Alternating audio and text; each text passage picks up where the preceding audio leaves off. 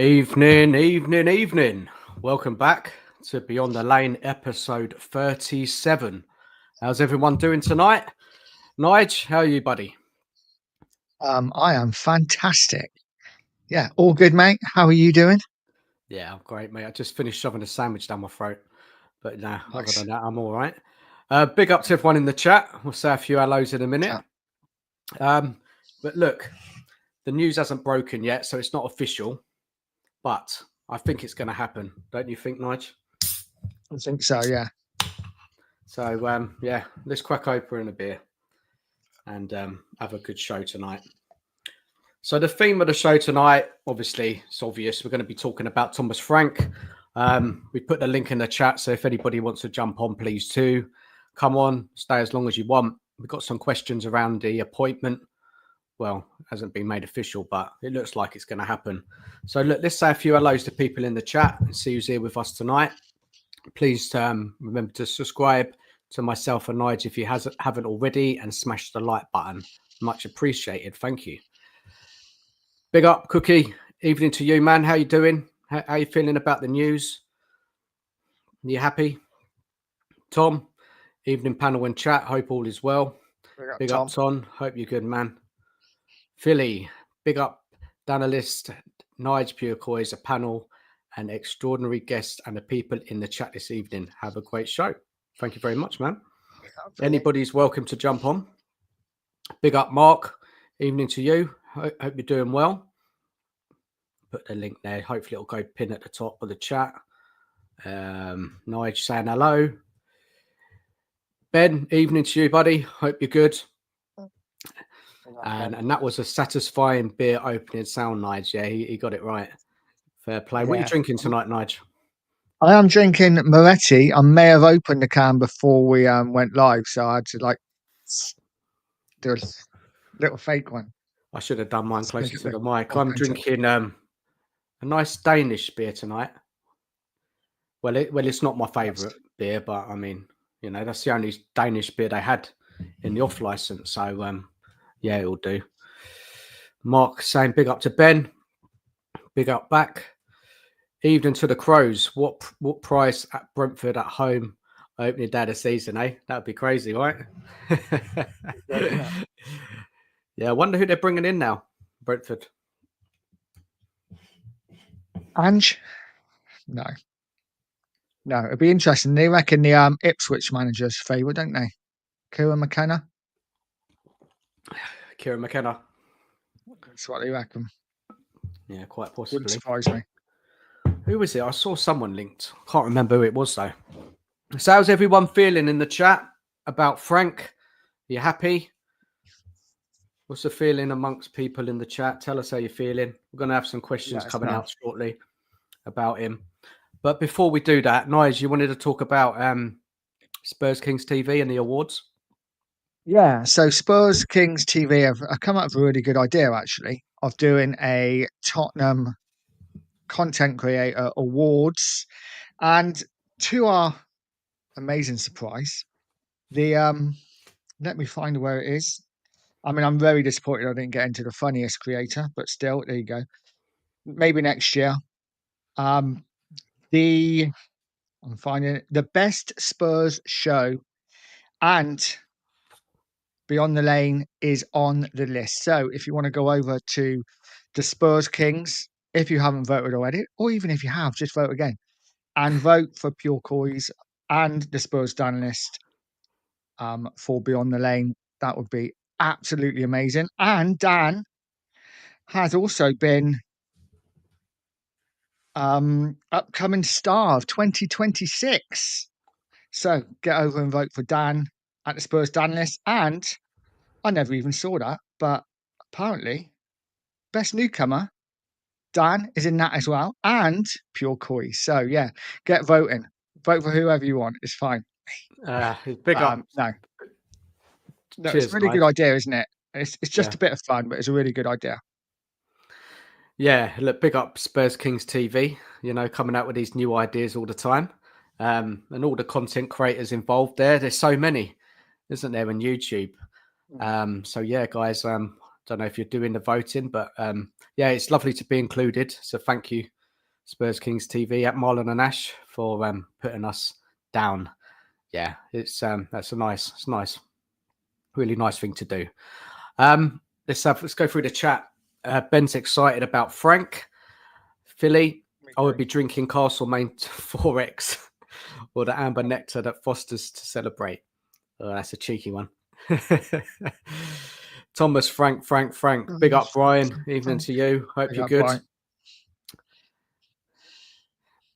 Brian's very happy about Frank. He was saying he wanted him before, didn't he? I remember. He was, yeah. Yeah, he was banging the Frank drum for quite a while. So fair play to Brian for that. I got to say, I wasn't on the Frank train to start with, but I definitely am now. I am front and center. I want a T-shirt. So Frankie says, "Relax." I've seen Brian do them on Twitter. I want one. That's so cool. Fair enough. Ben, if you don't get best daytime show, I'll be effing fuming. Yeah, people vote for Ben, the best daytime show. He's always there. Brilliant little show. Go and check it out if you haven't already. Give Ben a sub. Big up Brian.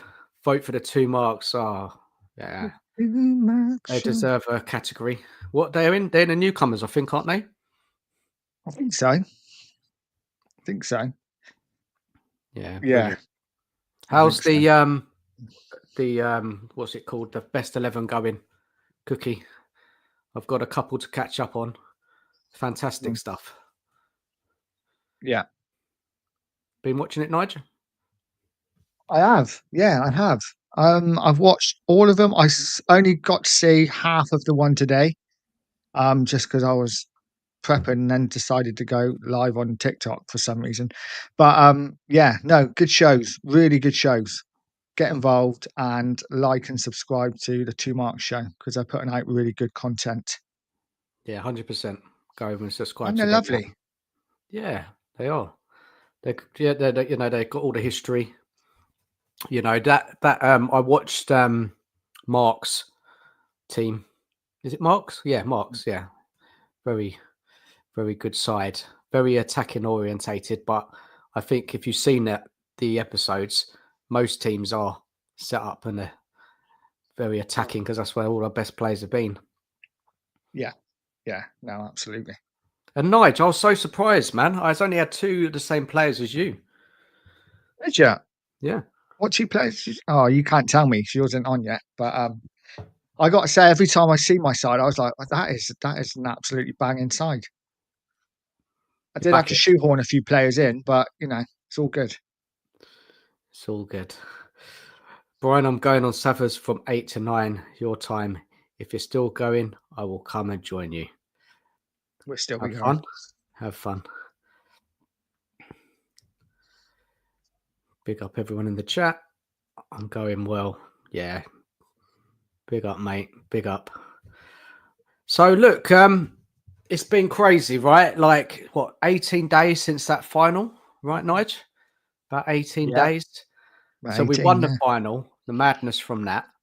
Then everybody's waiting what's going to happen with the manager. We find out. Was it Friday announced, I think, wasn't it? Yeah, all the days are kind of morphing into one. It's been 20 days, hasn't it, since final? So it's 3 weeks ago tomorrow. Yeah. So, then we find out everyone's frustrated because they want to know what's going on.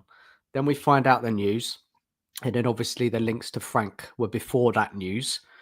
So then Ange obviously goes. And then it's on to Frank. And it's very close. We got the here we go from Romano this morning. People said that there was going to be an announcement at 11 o'clock. It never happened. But I think they're trying to sort out the staffing, aren't they? I think Frank wants to take over, take his staff with him. Maybe there's some kind of discussions around that. I mean, I think he should be able to take them all, don't you, Nige? Yeah, I don't see it as being a massive issue. I think he'll probably get what he wants, seeing as most of the staff that were under Ange, I know Ange didn't pick them, have actually left. I think there's only 2 that remain. So I don't see an issue with him being able to take his staff. I think it's going to happen Disappointed it didn't happen today, but I think by tomorrow morning, I think we will get the official news tomorrow morning. We Yeah. were supposed to get an announcement today, weren't we? At 11, everyone was saying like 11 a.m. announcement, but never happened. Spurs never rush these things, do they? No. It'll be good if you could take all his staff. Not Mm. just one or two. Should be taking the whole lot, really, shouldn't they? I think. I think I was reading today that he's taken 4, and then he's on about taking a set piece coach who used to work at United and Arsenal. So yeah, we'll see. So look, all of this going on. I mean, I was happy that Ange is gone. I mean, relieved. I didn't want him to start next season. I've just had to, on the whole, I've had such a horrible season Mm. watching Spurs, and I think for me personally, that was the right decision to let Ange go. The league form wasn't good enough, and I didn't want to see what would happen next season. I mean, it's such a risk. Next season's going to be harder anyway, playing in the Champions League. Yeah. So for me, obviously, I was happy that he lost his job. Obviously, there's been a massive mixed reaction, isn't there, from everywhere about how can we sack a manager who's won a trophy. I think the thing for me, and I think a lot of fans are starting to come round to it now that he's gone, get behind Frank, but there are still some that are unhappy. Ange had a big following, but I can't be watching my team every week, have that amount of defeats, and it was just painful. And look, Frank, he's going to come in. He's like the polar opposite, isn't he, Nige, to Ange? Yeah. Totally. Well, he seems to be totally different, doesn't he? And you're right, a lot of people were not happy with A, Ange's sacking, and B, the fact that it looks like it's going to be Thomas Frank. I see a lot of fans already saying Frank out before he's even begun, which is absolutely crazy. But I think as a fan base now, we have to try and unite and get behind this team because I am so excited about next season, and they are totally different managers. Do you know what I'm looking forward to the most, Dan? I'm looking forward to Tottenham going a goal behind and seeing what Thomas Frank does. Seeing if he thinks, you know what, I need to put another man in midfield. Or actually, if I go to 3 at the back and push my wing backs really high, we'll get more output. Or we need another strike on the pitch. All the things that our last manager, and I don't really want to talk about him, but our last manager never did. I'm looking forward to seeing how Frank reacts to different game situations because that's when I think he's at his best. Listen, I can't see us winning leagues. We're not going to be winning leagues under him, but we are definitely going to progress under him. I can't wait to see him. So you're happy? Oh, delighted. Yeah. I think this could be, I honestly think that Frank and Tottenham fit hand in glove. I think he's perfect for Tottenham because he's not your big name manager who's going to be, demanding things, and he will work well with the players he's got and he will get the best out of them as well. Mark Cookie in the chat has just alerted us to something which I want to read out. Okay, so it's a bit of an update from Sammy Mockbell. I'll read it out. So there's growing expectation that Frank could be confirmed the next Tottenham manager within the next 48 hours. Talks between Spurs and Brentford are ongoing. They are progressing positively, and there is a will on both sides to get the deal done quickly. Thanks, Cookie, for that, man. Yeah, it's a great little Thanks, update buddy. there. Not really telling us much more other than, talks are ongoing, but yeah. Kind of guesswork, isn't it? I mean, we could put, thanks, Cookie, but we could, Sammy Mockbell. I don't think he's like the best. I just think anyone could say, yeah, I think it'll be done in the next 40 hours. You're hedging your bets a bit. I mean, it's pretty obvious, isn't it? Surely, but yeah. But any news is good news, I guess, and it's good that the talks are progressing well. So we'll see what happens. Yeah, I think it will go through. I do. Listen, big up to you, man. Kulu was spending a lot of time with Gorkarez on the sidelines. I'm just hoping transfer agent Kulu is doing his thing. Yeah, if he stays. This is the thing. We don't know who's staying, who's coming. Is I think it's really exciting. You know, we could have a totally different team next year. Yeah, look, just going back a bit to kind of the fan reaction, and there's some stuff I'm going to read out, which I've seen today and yesterday around fans' reaction on Frank and going. I mean, look, for me, Frank, he's done well managing Brentford, I think. Look, the budget is one of the lowest in the league. The wages are one of the lowest in the league. He's got not a bad record against top six sides. I think it's something he's won like 10 games against them. Obviously, he's lost more. But there was a season where he had a really good record against the top six sides. Now, he has different styles of play. Sometimes he sits back. Sometimes he plays on the counter-attack. They go direct. He's good with the set pieces. And I don't know if you've seen his videos, Nige. Obviously, everyone's gone and watched them now. The ones from Sky Sports, and I think the coach's voice. You know, he adapts. You know, in game, depending on your position, he has Plan A, Plan A B, Plan B, Plan C, Plan D. You know, and this is what you need because we haven't got the best team in the league. You know, that we're going to be up against it. Against certain opposition, and you need a manager to be more tactically aware in the Premier League. Nigel, what's your thoughts on that?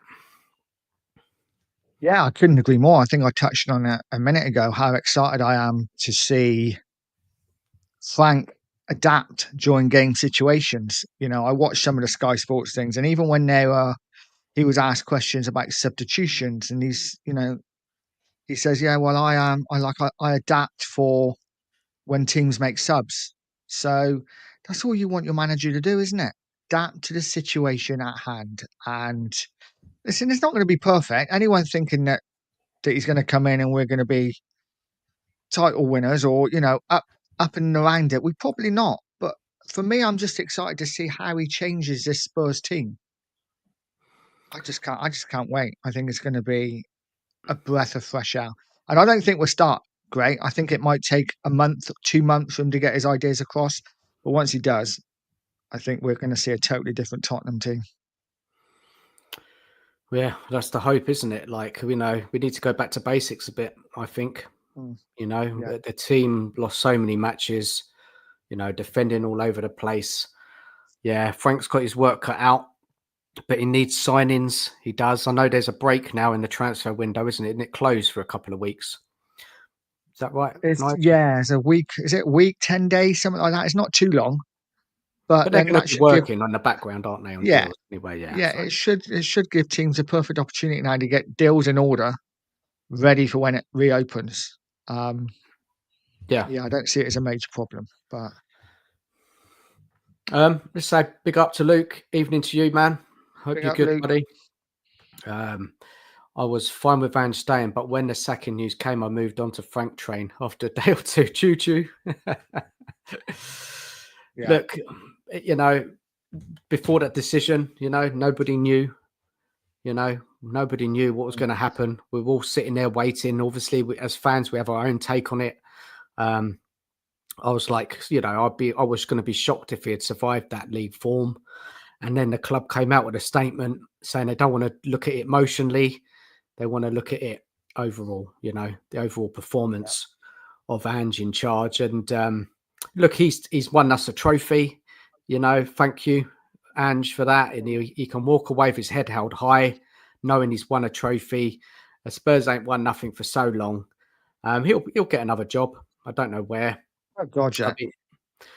I just think, a lot of fans are upset because of that. It's that thing, isn't it? Because we hadn't won anything for so long. He won it, and then they felt that he should be given a chance for next season. And that's the whole kind of debate. Yeah, absolutely. I think we all kind of got into our head that, okay, it looks like he might be staying after that. And I wouldn't say I was okay with it, but I was like, okay, I'm resigned to the fact that Ange is probably staying now. But I think anyone, even the biggest Ange fan, has to realise that it was always going to go down to league form, and league form wasn't anywhere near good enough. And for once, Levy got it right. You know, Levy does a lot of wrong things, but he's got this absolutely spot on. He kept Ange in charge. He must have had that dilemma: do I get rid of Ange and get a new manager in and hope that we win the Europa League, or do I just stick with him, hopefully win the Europa League and then get rid? And I think, fair play to Levy, he got it spot on, but Ange had to go. And I am so glad. It's like a weight's been lifted off my shoulders, because I haven't enjoyed the football over the last year. I don't know about you, Dan, but we've done enough shows, haven't we? And it's just been depressing. Yeah. Yeah. We want to be next season when we come back on to YouTube. We want to be talking about wins, good performances, talking about positive stuff, not moaning every week, which we've been doing the majority of the season. So for me, I know it's massive winning that trophy. Amazing. Yeah, fantastic stuff. Best day for years. But, if you get to the nitty gritty, week to week, we just weren't good enough. Like, we shouldn't be losing that amount of games. Fair enough if we were like 9th or 10th in the league, but not dropping down that low. And the worry is next season, if he would have remained in charge, what is going to change? We're going to be struggling again in the Champions League, cup competitions, injuries piling up because of Ange's style of play. Look, I'm happy. I'm happy with this decision. And I don't know about you, Nige, but it's kind of given me some fresh hope. Yeah, I suddenly have a little bit of a bounce in my step. Listen, the Europa League win helped that, but certainly since Ange is gone, I'm now looking at Twitter with a bit of excitement. I'm looking forward to next season. I'm looking forward to the players that we might bring in. I'm looking forward to a different style of play. I just feel like everything's brand new again, and I can't wait for the season to start. I can't wait to watch Tottenham, and I can't wait to see what Thomas Frank does with this squad that is 100% better than 17th. And Luke, I totally agree. League form was unacceptable, but winning the Europa League was unthinkable. I agree with that to an extent, but I'm at a point now where I think actually winning the Europa League has taken a bit of pressure off the new manager, whoever it is, whether it's Frank or anyone else. I think it's taken a bit of pressure off him now, because every season it's been like, he has to win a trophy. He has to win a trophy. We've won that trophy now. So hopefully Frank will just be allowed to get on with his job. And, like I said, it's not going to take a week or a month. It might take 3 or 4 months. But yeah, we'll see what happens. But I'm excited. Yeah, but then there's going to be the whole thing now. Frank must win a trophy in 2 years now. Otherwise, he's not done as well as Ange. You're going to hear that. Yeah. Look, just a bit of reaction I saw today. I won't name names, but, some fans are really unhappy. And this person I saw, I said, I've never in 27 years of supporting Tottenham been so uninspired and deflated about a manager. 18 months and no trophy incoming. If he wins against PSG, it won't count as much because he didn't earn that match. I'm disgusted with Tottenham for making a wrong choice for the 1000th time. Strong words, eh? And that was someone who obviously didn't want Ange sacked. Yeah. Yeah, I don't get it. I don't get it. It's just like, what have we been watching for the last 2 years in the league? And it's difficult because, it's difficult because sadly we've got to talk about Ange a little bit. It's difficult because we did win that Europa League, but there's no doubt, league form has not been good enough. And, it's a fresh start, isn't it? It's like, I can't wait to see what Spurs can do next under a new manager. Just going to the comments. Frank for me is a ship steadier, like Nige said. We aren't going to win a league, but on the pitch, it'll be a lot better. Yeah, I agree, Mark. John the Fisherman, we've got Super Thomas Frank. He's very happy. Can't wait to finally enjoy watching Tottenham play. And there is that for me. A lot of that is that, we want to look forward to watching our team, and I didn't under Ange. Big up, Dan. Cheers, man.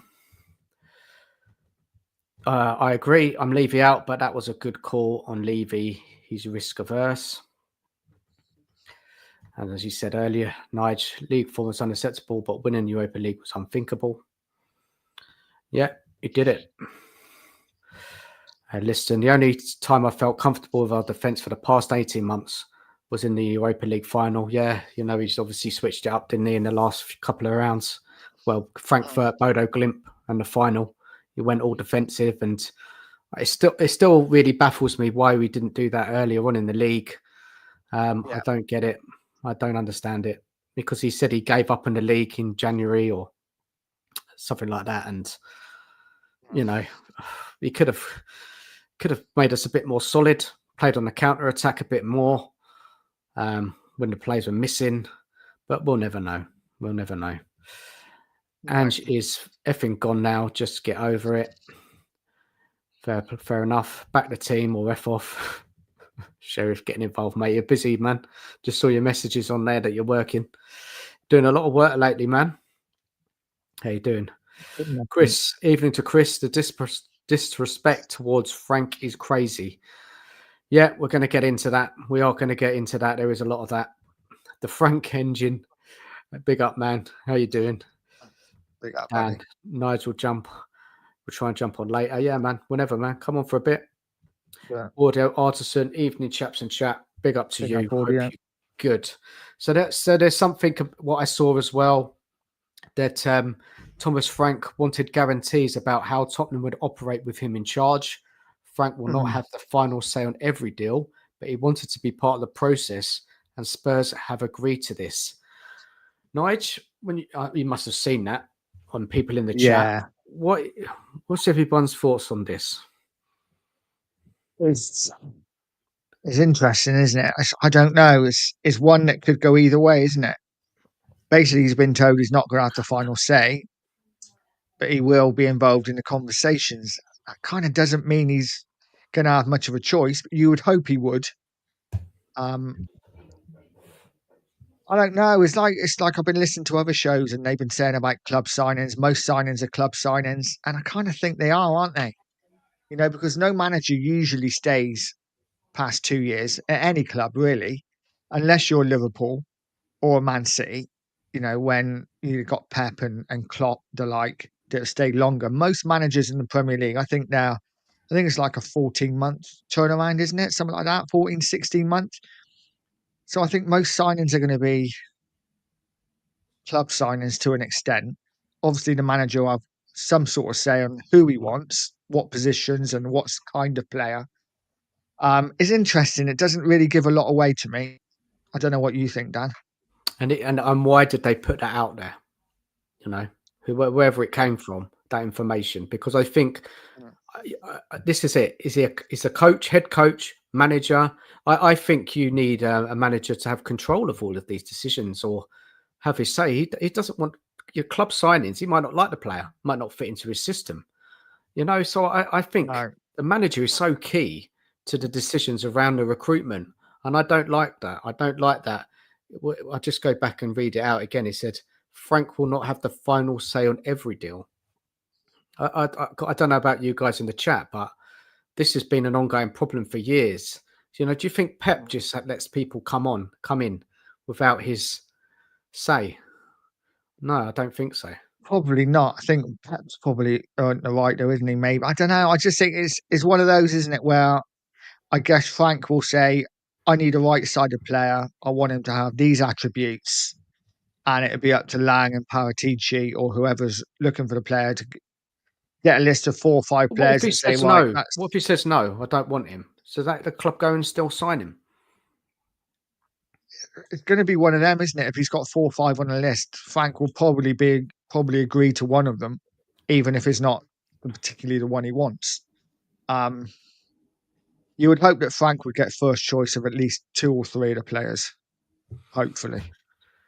TJ, how you doing, man? Big up, TJ. I'm all right, man. I'm all right. How you guys been? It's been a long while. I haven't seen you about, man. How you been? Are you okay? You know what? I've had to take a bit of time away from Tottenham.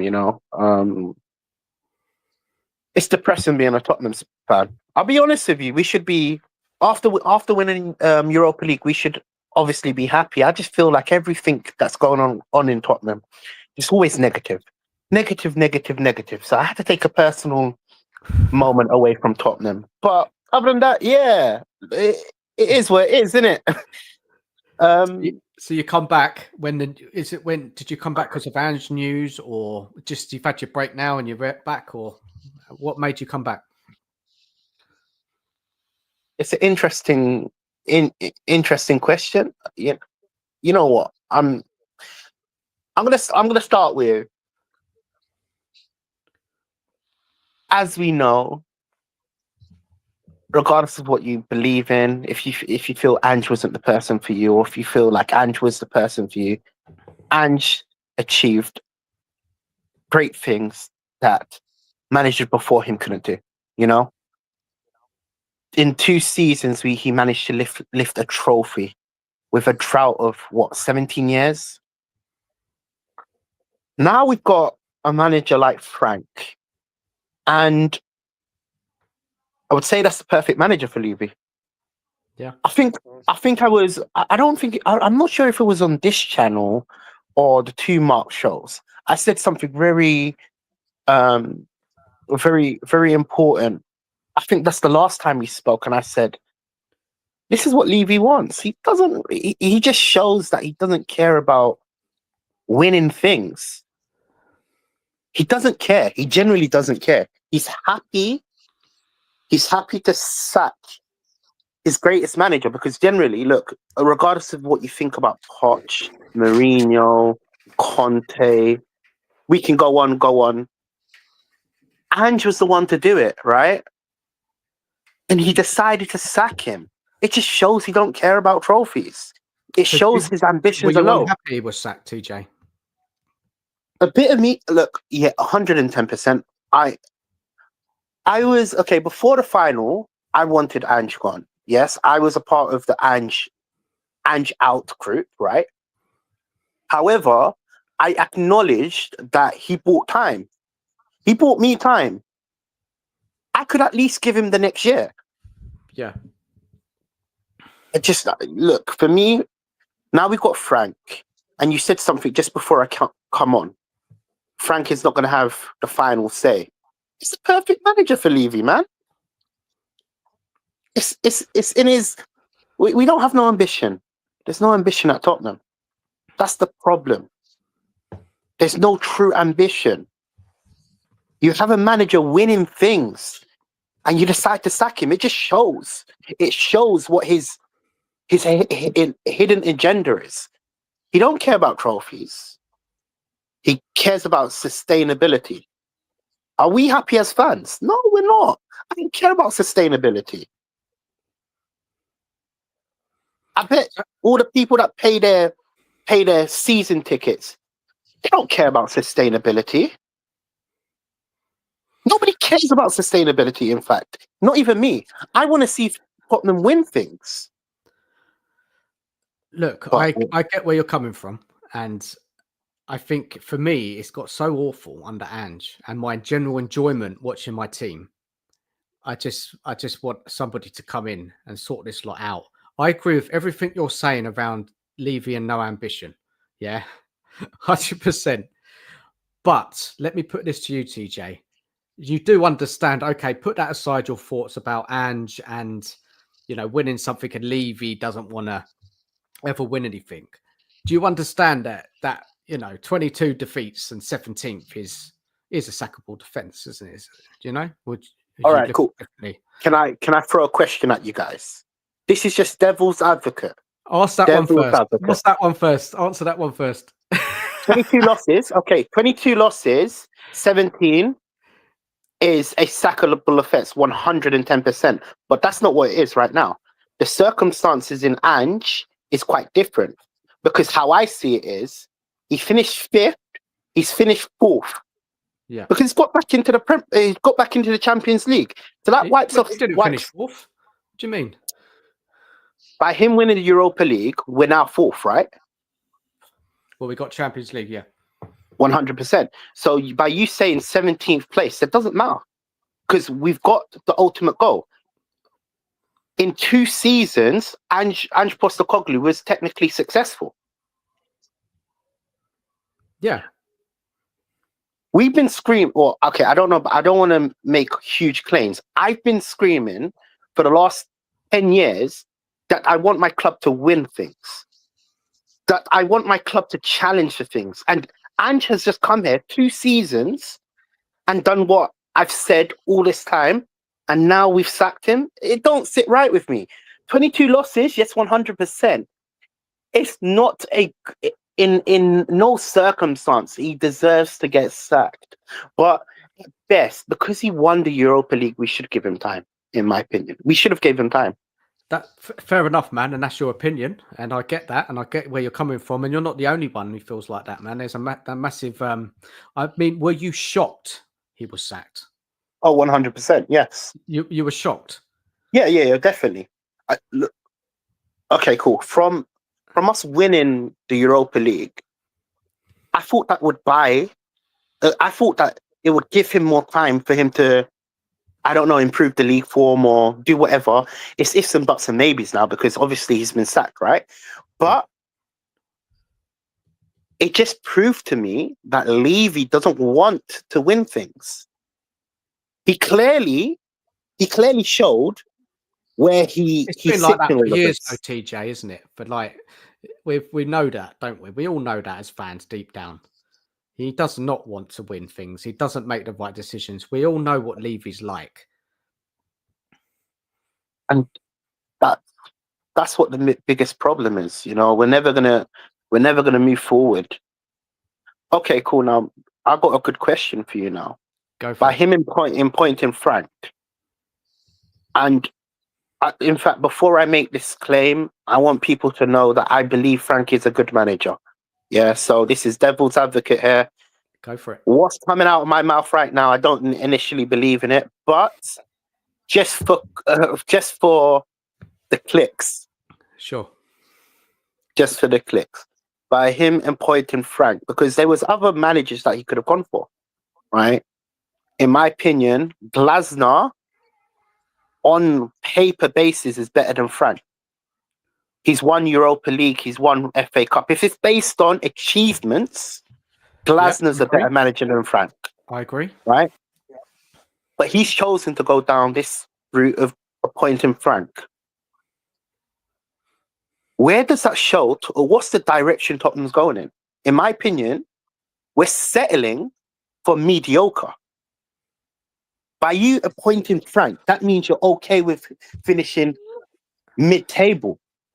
Where's the ambition? TJ, are you asking us a question, or are you just kind of giving us your kind of opinion? Oh, sorry. I kind of like went on a tangent there. You know, it's frustrating. You know, honestly, it's frustrating. No, the question is, what do you think the ambitions for Frank will be? What his expectations? Yeah. Okay, that's a good question.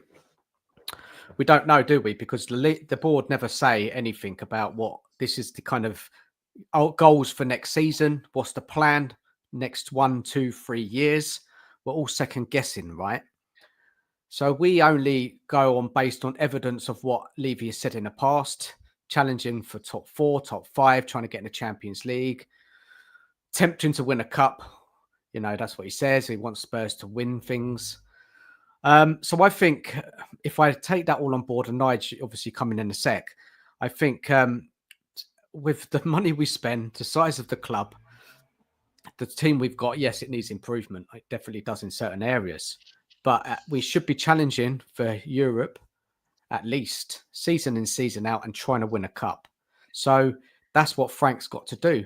There's going to be a bit of, obviously, he's come in. It's going to take a bit of time for him to, you know, get his tactics across, embed some new signings, etc., etc. He's obviously some need shipping out. So there's going to be a bit of a, you know, a time where you've got to give him a bit of time to build that, all that sort of stuff, if you know what I mean.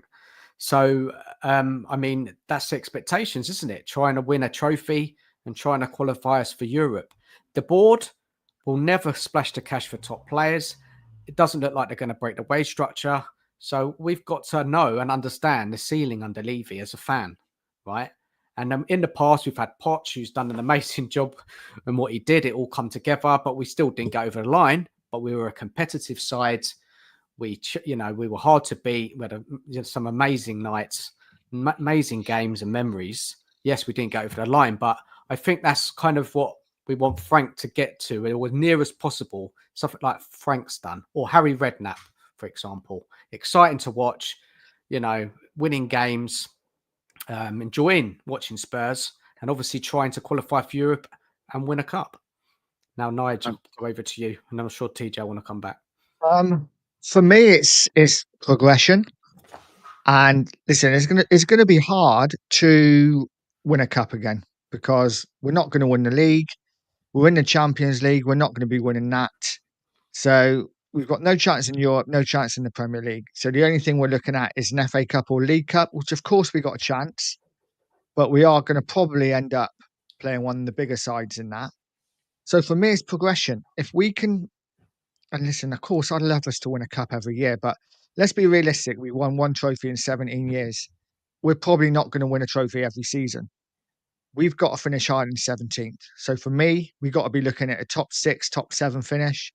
And if we can get a cup run and maybe get to a semi-final or final, that would be amazing. Win a cup would be brilliant. But for me, more than anything, I want to fall in love with my team again, because I have hated watching Tottenham for the last 18 months. Yes, the final was amazing, of course. Well, let's caveat that. The final was shocking. It was a terrible game. But the relief and the joy when we won was something I haven't felt for a long time, and it's something that my son has never felt. So for that, I thank Ange with all my heart. But for me, I want to see my team move up the league, play good football, and I just want to fall in love with them again. I think we can get so much more out of these players. I really do.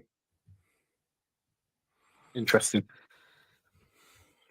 See, I see Frank's appointment as a step in the going backwards.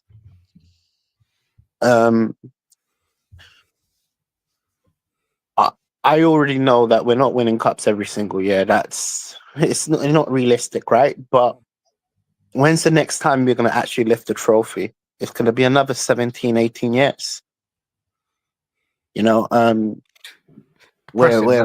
depressing. But it's true. But it's true, because when you do end up stacking, look, I'm not saying Ange is the right guy for our future.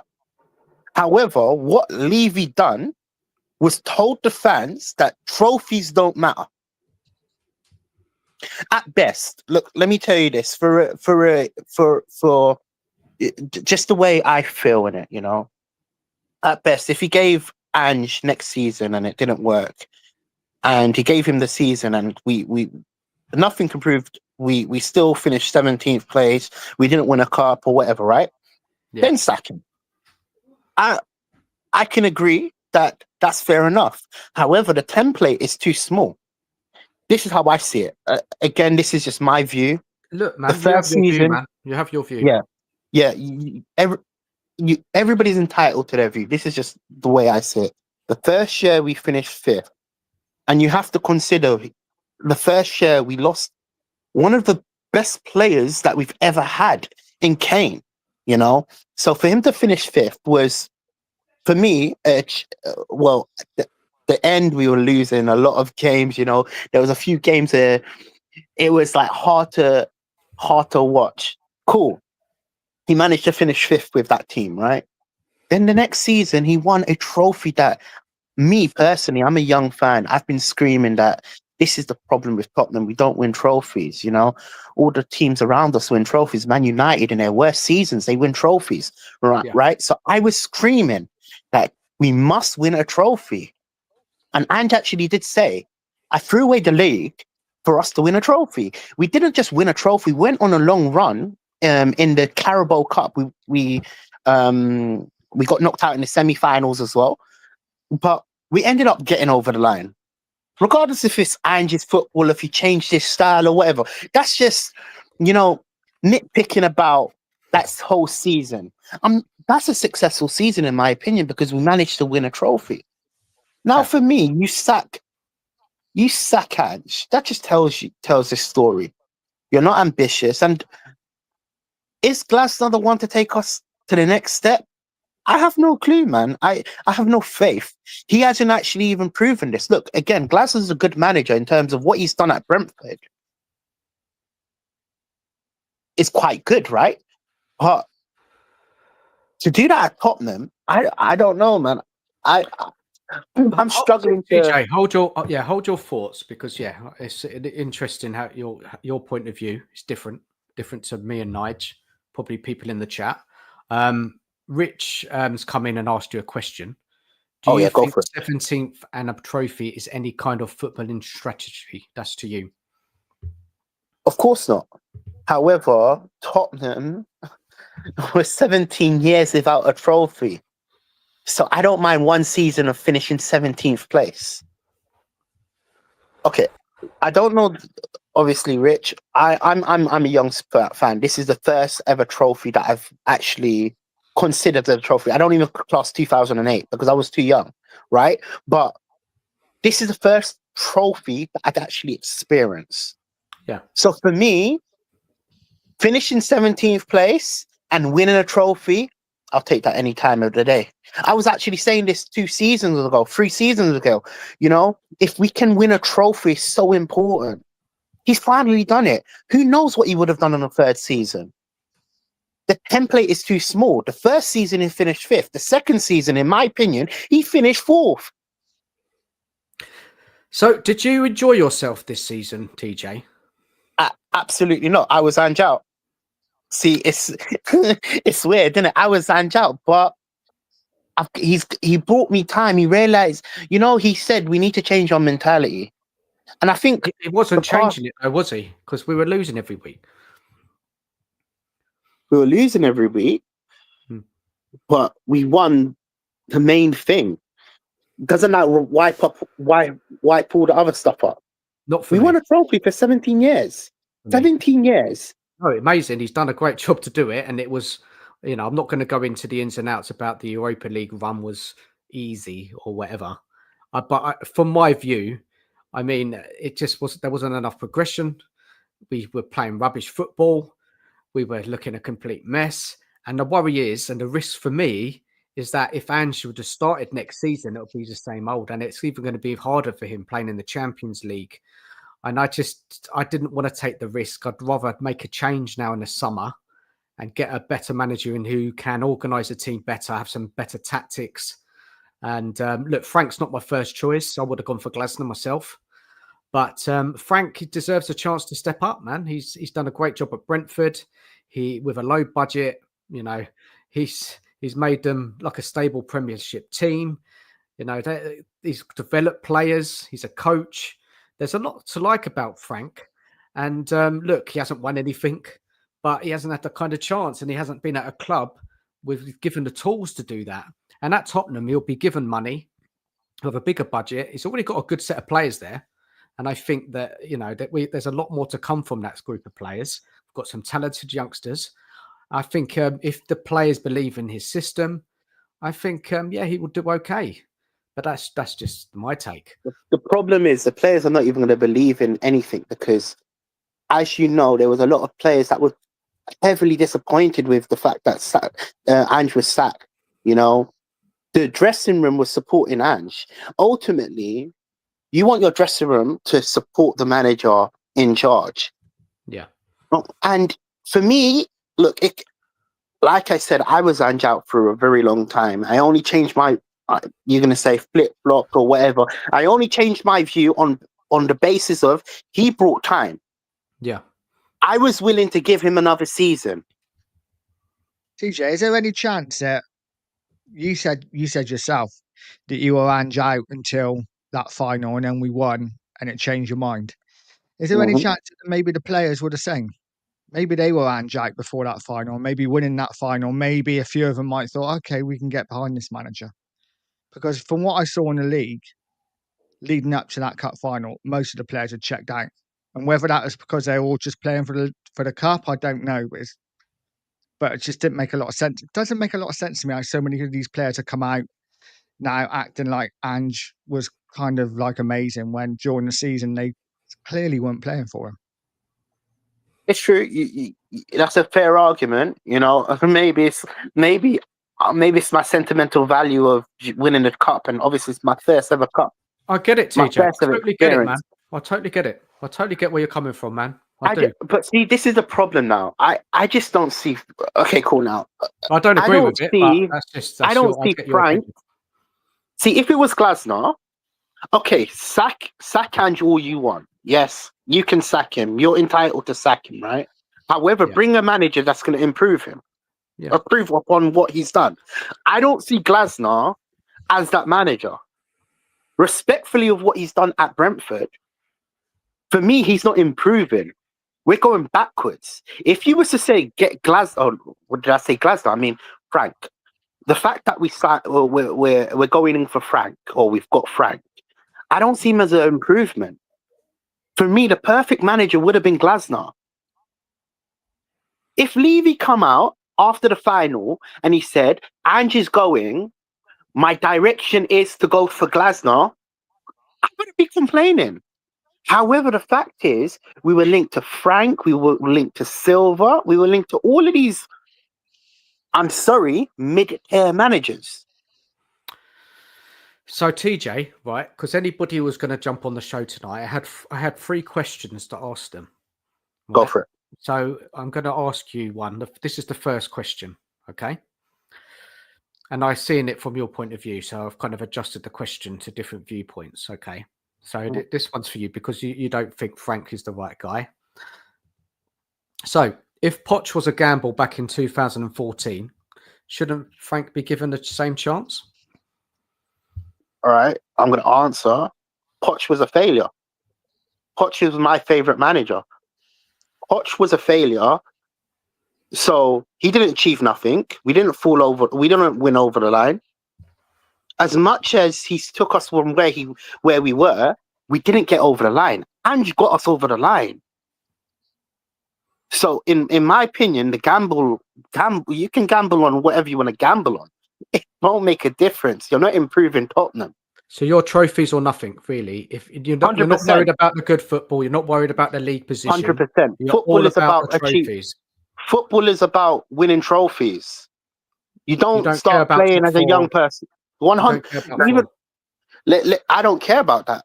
To be honest with you, even when you're playing as a kid, you're playing for trophies. You're playing for medals. You're playing for the desire to win things. You don't play just for the sake of playing. Okay. All right. Look, not everybody can win a trophy, right? It's difficult, right? It's very difficult to win trophies. Yeah, but you need the number of things to change at board level, right? First of all, they need to go and buy top players and pay the wages, which we don't do. So we've got to be realistic as a Spurs fan. You know, what can we actually enjoy supporting our club?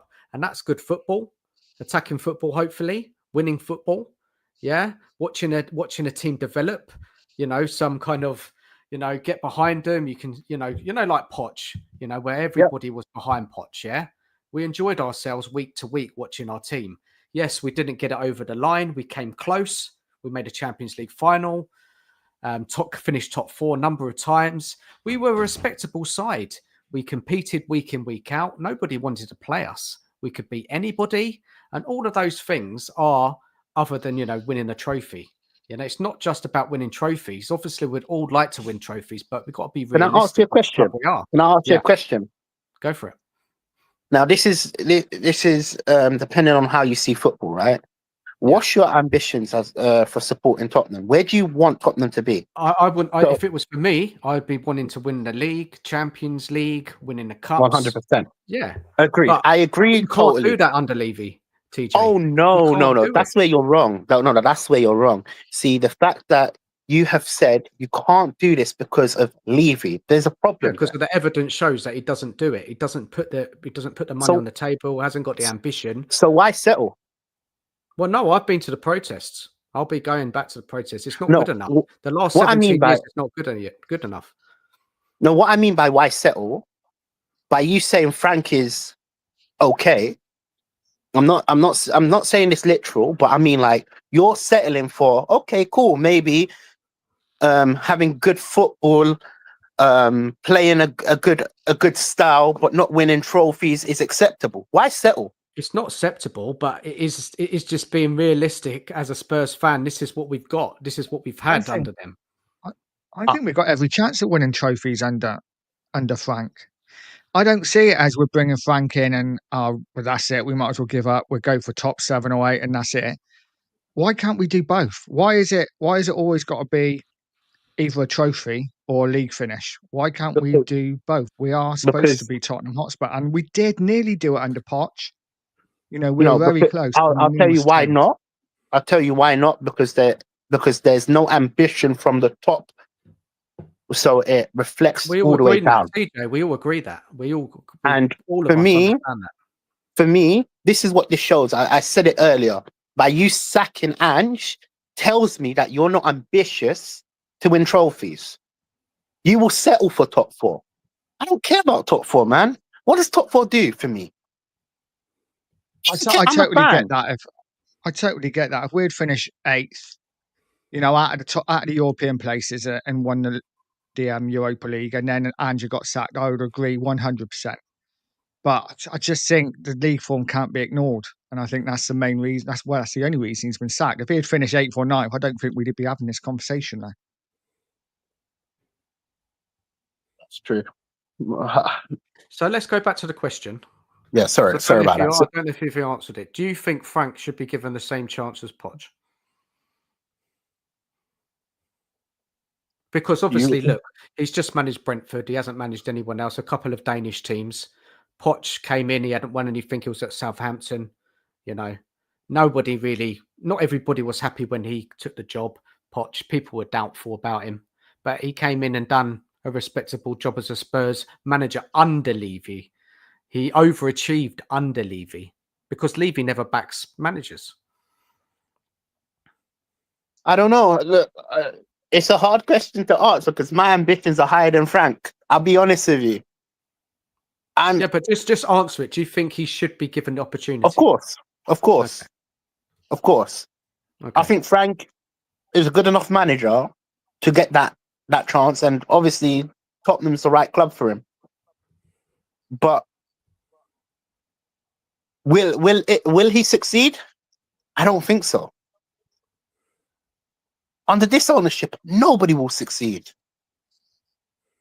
The mentality is wrong. Yeah, it's not good enough, TJ. I agree with you. We all agree. We all understand the situation with the board that we want them out. We want them out. We want more ambitious owners coming in and taking over the club. I think we can all agree with that, TJ. Right? We're all on the same page there. Yeah, 110%. Now, if Frank was to finish 17th place and not win a trophy, are we going to be screaming Frank out?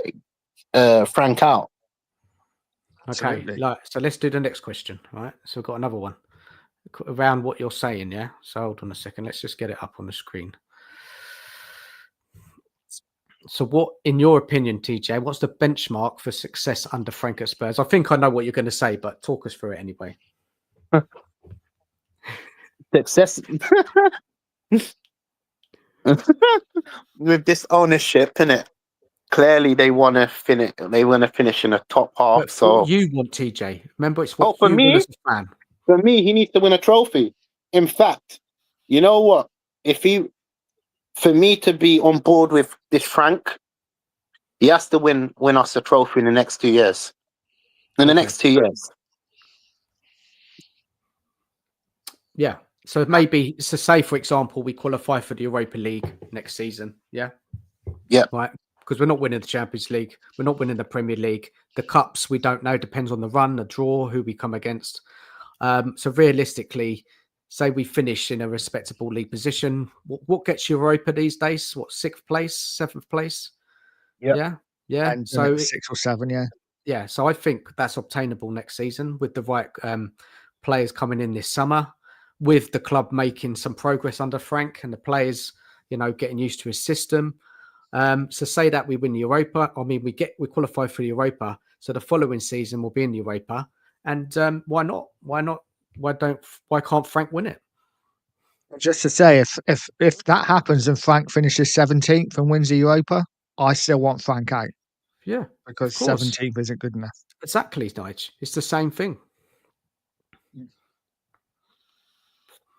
So Okay. so finishing 17th. Hold on. Can because obviously I've kind of like I wouldn't want it every single year.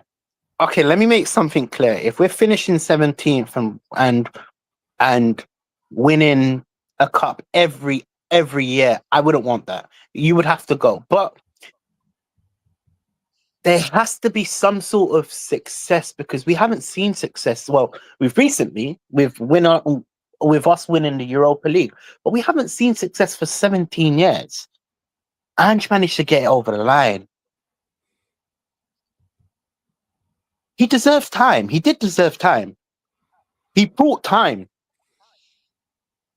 I just don't understand why a lot of fans can't see why he don't deserve us. He doesn't deserve that time.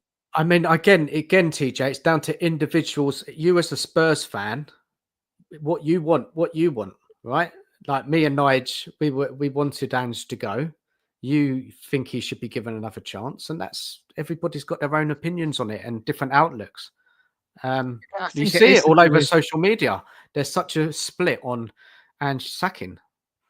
A lot of it is to do with age as well, because my son was the same. My son was Ange out, but as soon as we won the Europa League, because he hasn't seen us win much, he was very much like he deserves a chance to stay. And I was like, what? No way. But every fan's different.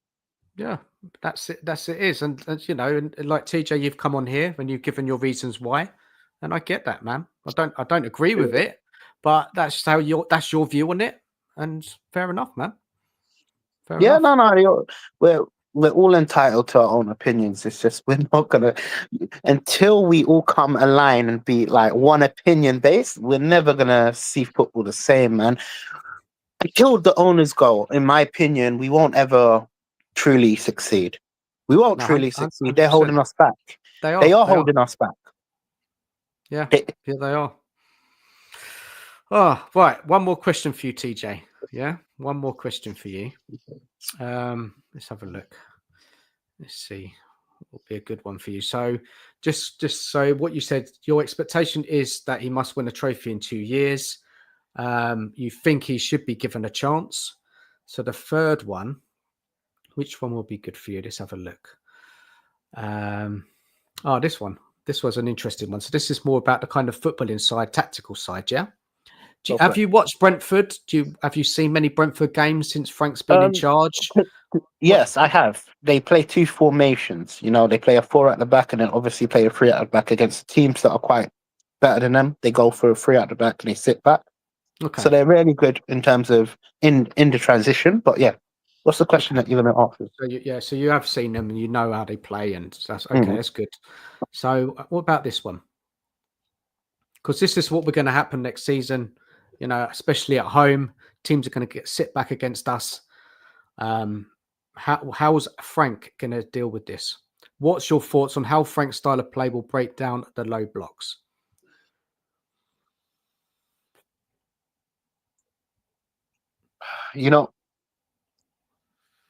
For me on how Frank. Okay, cool. So if we're gonna look, so most of the time, if we're gonna go against the Liverpools of this world or Man Cities of this world, he will definitely play a 3 at the back.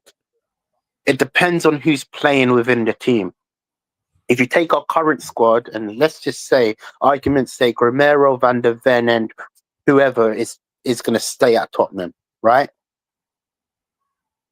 We will play a lot of the count. We'll play on the counter quite a lot, and certain players in our squads like Son and Johnson as well will benefit through Frank's style.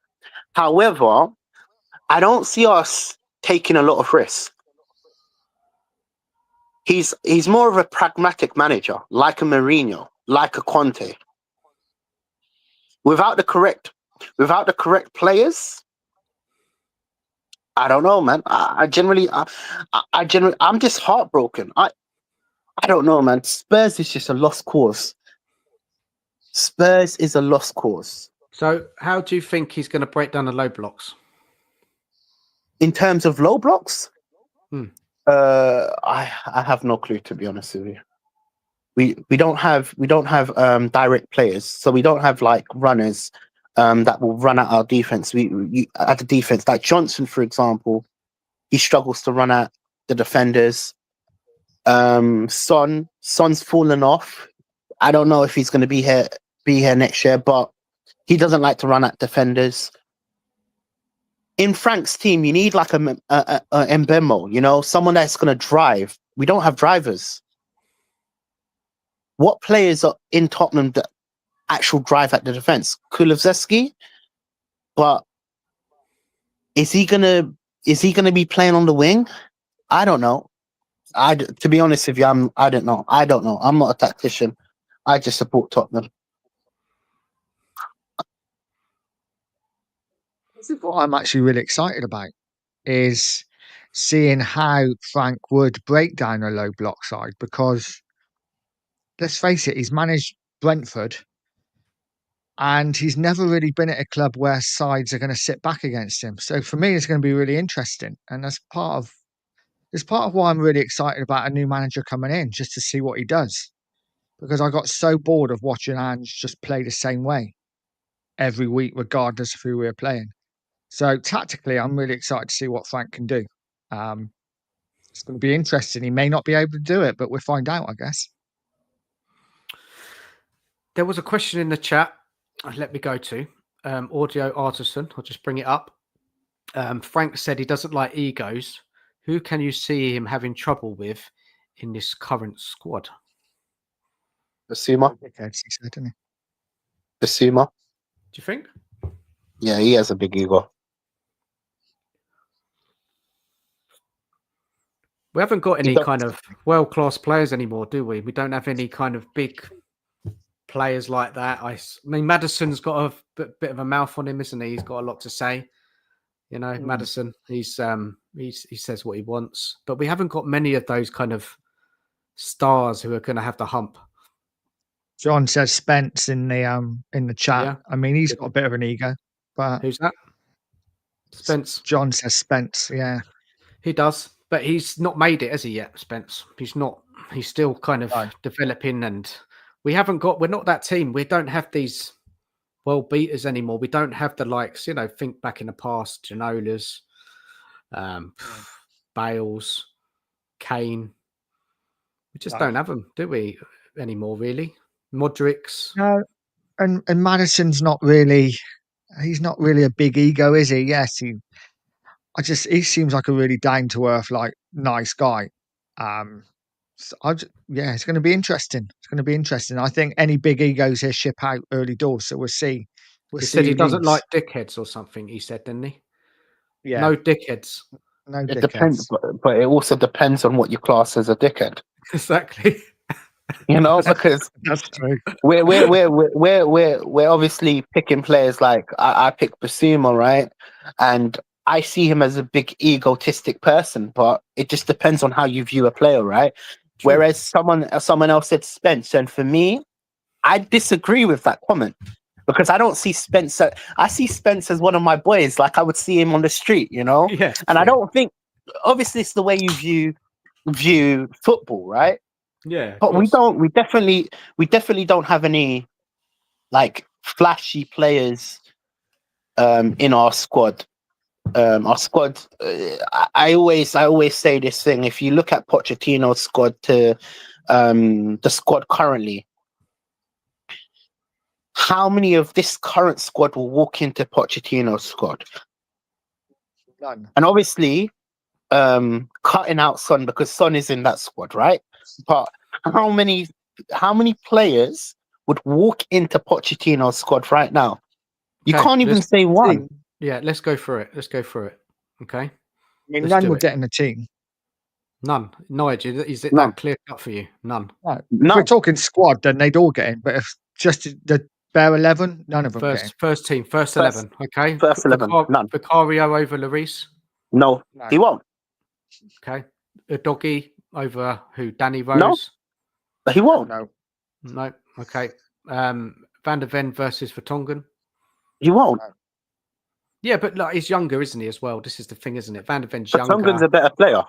Yeah, because when we had Vertonghen, he was older, wasn't he? He was matured as a player. Yeah, but Yeah. this is it's hard to kind of compare. So the answer is Vertonghen. Yeah, I get that. So then we're talking about Romero versus Toby Alderweireld. Toby. Alderweireld. Toby, Toby. 110%. Even if it's just for the partnership he had with Jan, you know, they just can't be split up. Walker, Trippier over Pedro Porro. I would have Trippier and Pedro Porro. I would have Trippier and Walker over Pedro Porro right now. I can't argue with that. I can't argue with it so far. So no one so far. Let's go to the midfield. So who are? I don't know. Bele, Wenyama, no chance. No chance. Yeah, I think that's crazy, isn't it? Really, that's how kind of how we've fallen off. Not saying they're bad players. Yeah, I think they're better players than what we're seeing week to week. I disagree with you. They're bad players. I don't think they're bad players. Who's a bad player then? For me, this is my opinion. Let me make this clear. This is just my opinion. It's fun. It's fun, man. Johnson's a bad player. As a player, he's got a trait that makes him score a lot, but as a player, he's a bad player. Papa Sarr is a bad player. Sorry? Not even average. He's average. Okay, cool. Just straight bad. But look at how far we have gone. Like we once upon a time we had one of the best squads in the Premier League, and now look at it. True. So true. So they're all bad players. TJ, in your eyes, do we have any good players? They're not good enough. No, but come on, just call okay, it. Cool. Good players. They can't all be bad in your eyes. All right, cool. So from the definition of a good player to a bad player, there's only in our current squad, I would say Van de Ven, that's one. Yeah. Romero, that's two. Madison, maybe. Toro. TJ, you got over Ericsson. Come on. Wait, over Ericsson. Come on. There's no way you're gonna pass. You're gonna say over Ericsson. That's the standard I'm judging it off of. I don't know what standard you're judging it off of, but the standard I'm judging it off of, I'm judging it off of Pochettino's team when we were so close to winning things. That's where we should be. Yeah, this team doesn't come close to Pochettino's team. Not even close. But we've got decent players now, but none that, and that's why I fallen out of love with the team. You know, because there's nobody that I look at and I think, oh wow, I can't wait to watch you on a Saturday. That's why I want us to get. There's a reason why we're 17th place, my friend. So exactly. I mean, TJ, man, you're killing me. You're killing me. So so let's just put it like this, right? Say you've got this team we've currently got next season, and you're thinking who can we build on in that kind of? Is there a spine there? I mean, it sounds like all to right, you, cool. TJ, there's nobody. All right, cool. Put it like this, innit? Yeah, put it like this. Let's make it as easy as possible. Go on. Forget your ego. Take your Tottenham hat off, right? If you class the current top 4 teams in the Premier League right now, how many of our players are going to walk into their team? Okay, you're asking me that, yeah? Go for Liverpool first. How many players from Tottenham squad walks into Liverpool? Into the first team or the squad? First team, yeah. First team. We've got basing it off of first team. Obviously, squad you can obviously bring players in, but first team. If you can't pick a first 11, that just shows how far we're from where we want to become. Because you said to me about 10 minutes ago, your ambitions or where you would want Tottenham to be is to win the title, win the Champions League and all of this, right?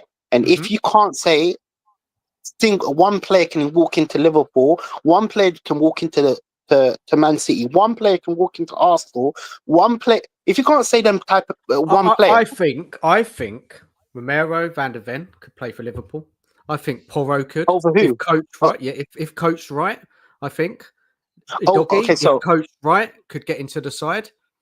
Yeah. so I think, you said Bentancur's a player, if played in the right system alongside the right midfielder. over who?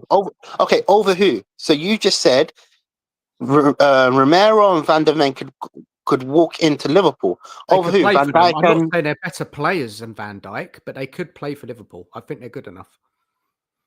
so they can be in the squad, but they No. won't take the.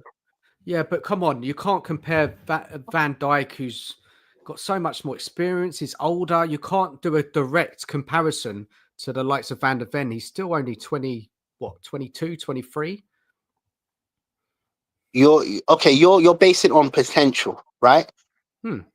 Okay, cool. They could play for Liverpool. I think. So you're basing on potential, right but system. right now, but this is my issue. Right now, the squad is not good enough. It doesn't lie. We're 17th place. There's a reason why we're 17th place. A lot of it's down to the manager, in my opinion, TJ. I disagree. It's down to the players as well. Players came fifth the season before. Under different circumstances. Yeah, but they still finished fifth. Okay, cool. Yeah, they finished fifth, but under different circumstances. For me personally, the squad that we have is not good enough. It's not good enough. No, it's not It's good far enough, and it needs improving. But with a better coach coming in to improve these players, get a better style of play, we can jump up that league. We can compete. Compete for what? For first of all, the first stage is try and get back into Europe. So again, it's all down to the board, isn't it? It's the board's investment. We need to sign. Forget the board right now. Forget the board right now. Are you saying that this squad can compete with what? So you're talking about compete at the biggest level, because that was what your ambitions were. They're not good enough to win the league. Exactly. So that's what. Okay, so if they're not good enough to win the league, we're far from the actual final product. Yeah, because are you not understanding my point? So bad. We've been so bad under Ange. I think Ange. We've gone backwards under his coaching and his system. What about under Conte? What about under Mourinho? What about under all Nuno? What about under all the managers? We are far from competing at the top level. It depends what we've been in a steady. We've been in a steady regression since Poch went. Even when Poch was here, his last 9 months, we've been in a regression. No, I agree with that point. Every single year, apart from last year, okay, not last year, but this year, because we won something, right? From Pochettino to Ange, and he's just won something. He's done something more than Pochettino, in my opinion. That just proves. Isn't it weird that we've been the worst we've ever been last season, but won something? It's true. But we were shocking all season. But there is context to it, though. Guys, there's context to that, yeah? We were favourites for that Europa League at the beginning of the season, right? Yeah? Yeah, our squad, our team should be winning that competition. Look who we played. Frankfurt, which is a tricky game, yeah? But they're not the best side in Germany, right? We beat them just about. Bodo Glimt, we should be beating them every day of the week, yeah? And Man United, we faced one of the worst Man United teams in history. So come on, there is context to that win of that Europa League. Great achievement, yeah? But still, look at the teams we played, TJ. There's context, of course, right? There's still context with the fact that we had so many injuries, right? There's context in terms of how Ange actually said that he threw away because he wanted to win something. There's context in a lot of things. There's ifs and buts and maybes on a lot of things. My point is this, isn't it? This is just my main point based on what we're talking about. We're so far from where we should be. Even our squad is bad. You can't sit down and say to me Van der Ven walks into Liverpool's starting 11. Yeah, I think if Van Dijk weren't there, I think Van der Ven could do it. if Van Dijk weren't there, right? But because he's he's still older, there. he's more experienced. You know, his course is going to get chosen over Van der Ven. But say Van Dijk retires, yeah, and they need a Yeah, left centre back. Why yeah. not Van der Ven? Yes, this season he's been injured a lot, but I think it's a player with a lot of potential. I think we saw him last season, what he can do. I think he's a good player. I just think that the system hasn't suited him. The high line, he's got injured all the time. You know, no protection in front of the back line, no defensive midfielder. You know, we're pushing up high all the time. We're so open. Van der Ven's running back every minute. We don't have a control of the midfield. Quick So the question. ball, we're losing the ball. It's getting turned over time and time again. We're on the back foot. There's so many issues tactically with how Ange sets up the team, TJ. Surely you Yeah. see that. Quick question. Yeah, no, quick question. I just want to see what your view is so I can kind of like get a better understanding of how you see football. Of course.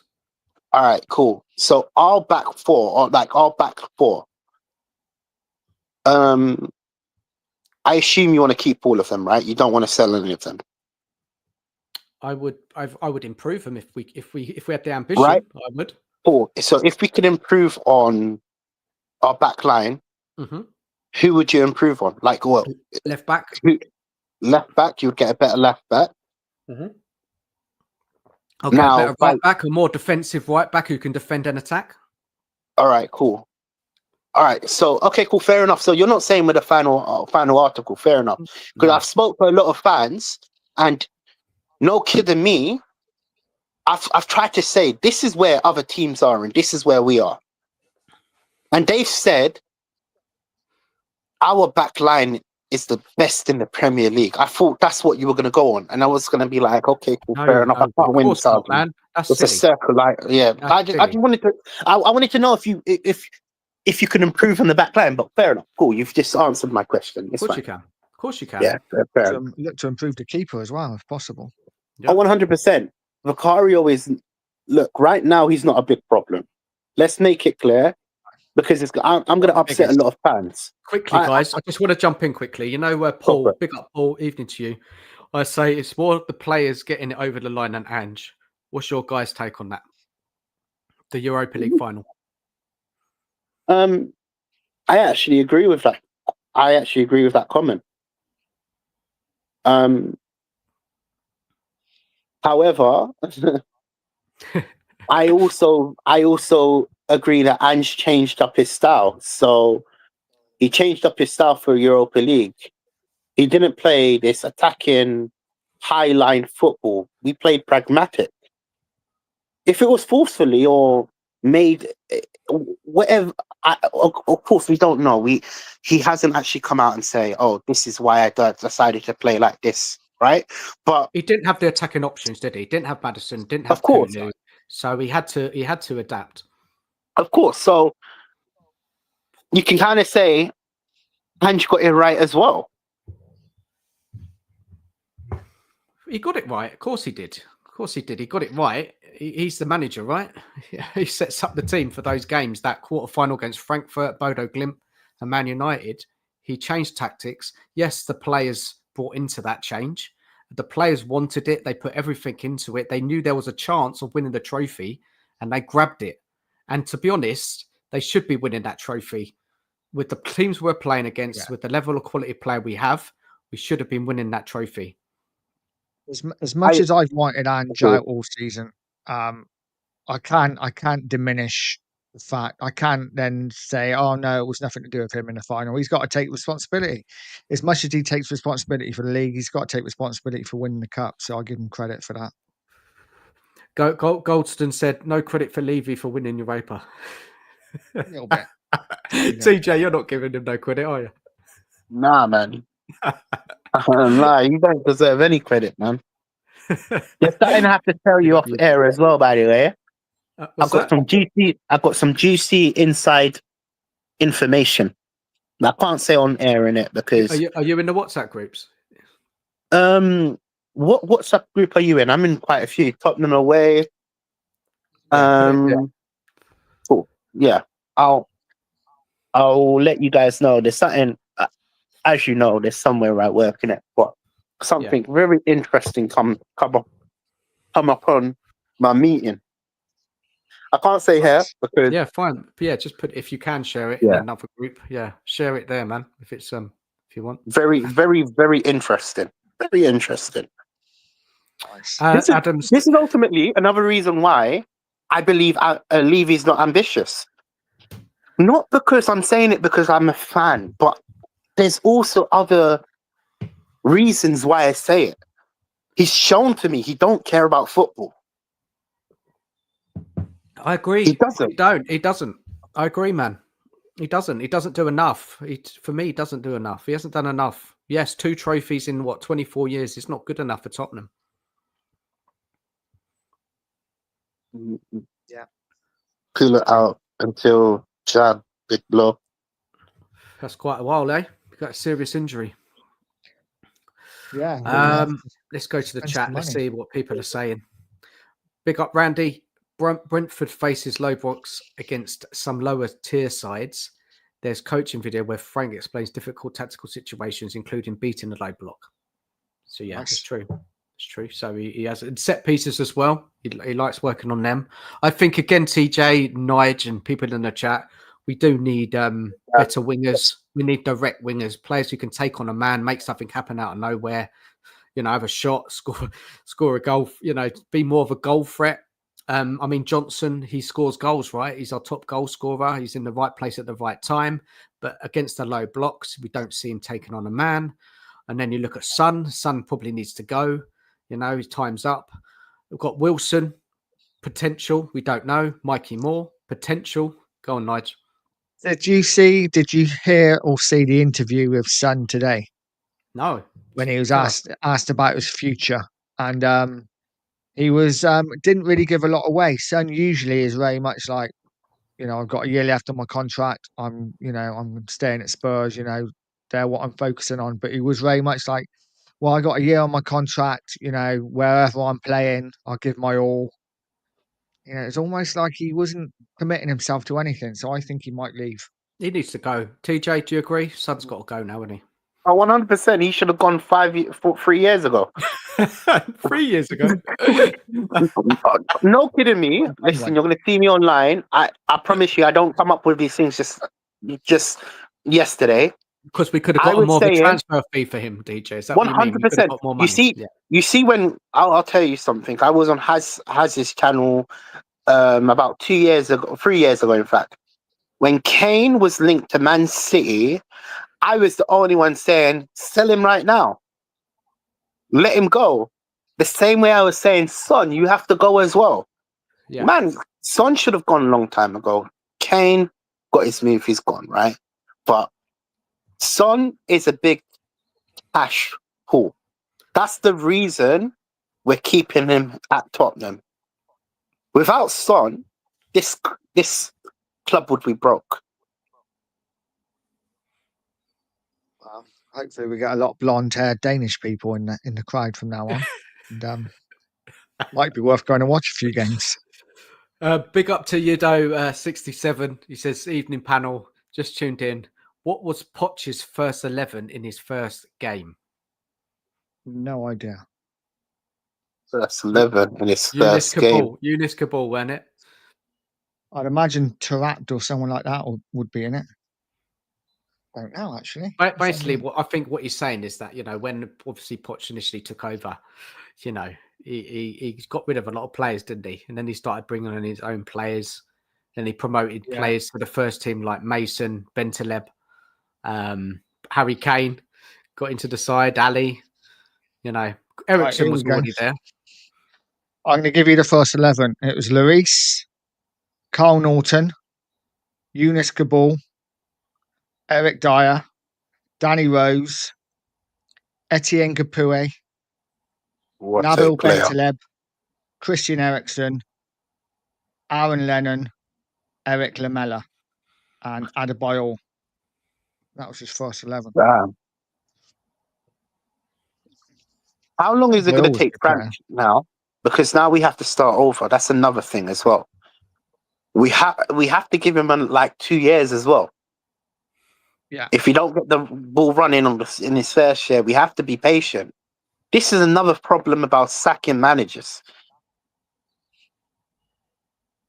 Thing is, I think we all know we're probably going to be here in 2 years' time again, don't we? Regardless. Yeah, Think. look, we know what it's like being a Spurs fan, isn't it? You know, Uh, we know where how this story ends. TJ, a question for you. What about Mhm.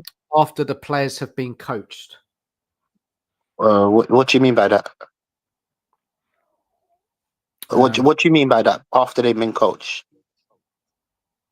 Nige, Do you think know they'll be what improved? Do you think the players will get better after they've been Look, coached? Because I think a let me lot of make it. fans say that they've not improved under Ange. Okay. Oh, okay, cool. So is that what you're basing it on? Off of? No, I'm not saying out like Van der Ven and Lucas Bergvall and all of these players that are young, up and coming. They're not going to improve. No, they are definitely going to improve. They have a big ceiling.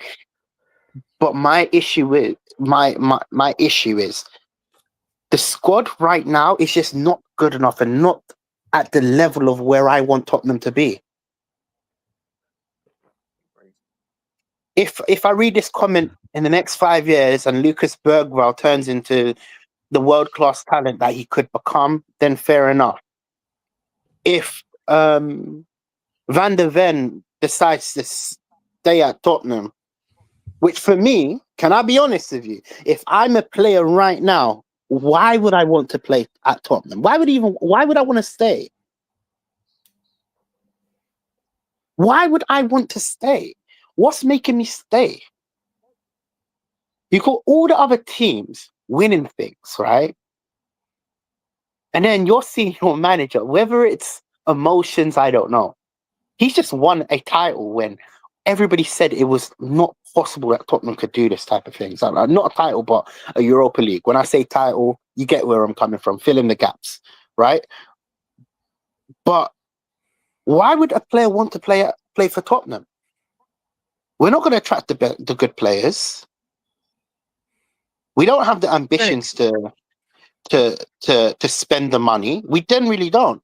Levy cares more about making money than losing money, right? They not work both ways though.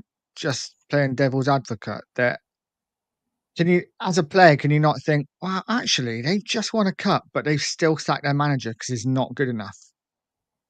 Maybe players will think, actually, that's the kind of club I want to join. Someone who's got more ambition than just to win a cup. If you were a player and you looked at Tottenham's track history, are you saying sacking a manager after he's just won a trophy in 17 years is a good response? Yeah, I would, if I was your agent right now, I'll tell you, you're having a laugh. You're wasting 5 years. No, but come on, TJ. Like Ange got sacked because of the league performance. That's why. Regardless of if he deserves to get sacked. I would look, like I said, I was Ange out. I'm not saying I wasn't Ange out. I wanted Ange out as well. However, my issue is who you replacing him with. You're replacing him with Frank. Yeah, and you don't rate him, and you don't rate Frank, and you want better. Yeah. I want better, yeah, 100%. What about this comment, TJ? It says TJ lives in the extremes. Do you get what he's saying, John the Fisherman? I live in the extremes. I live in the extremes, yeah, 100%. I just want better for Tottenham. Extremes. Personally, I want better for Tottenham.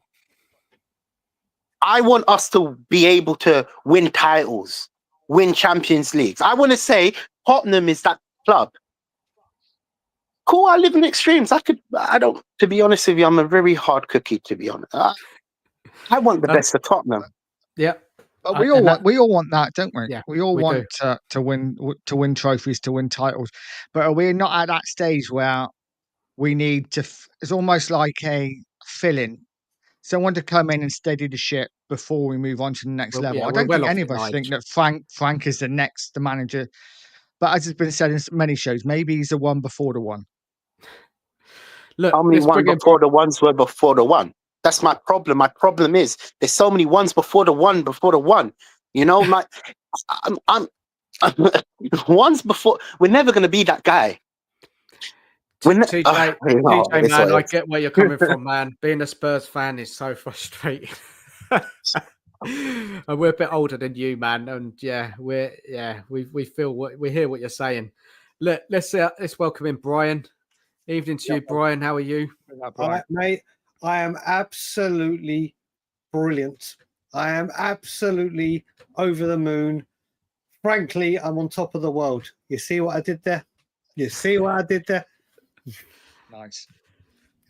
Honestly, So, has it been announced, Brian, yet? I don't Not think yet. it has it? not. Let me have a look. If Spurs said anything, let's have a quick check. Let's have a look if they have. Nope, not at the moment. I think it will be done tomorrow morning. I think by tomorrow lunch. Definitely by close of play tomorrow. I think Spurs will officially announce it, and then we get going. I am so excited. I've wanted this guy for a long time, and I think we have. I don't think people realise what we've got here. That's where I am with it. I wanted him before Ange came in, and I am just absolutely delighted that we've got him.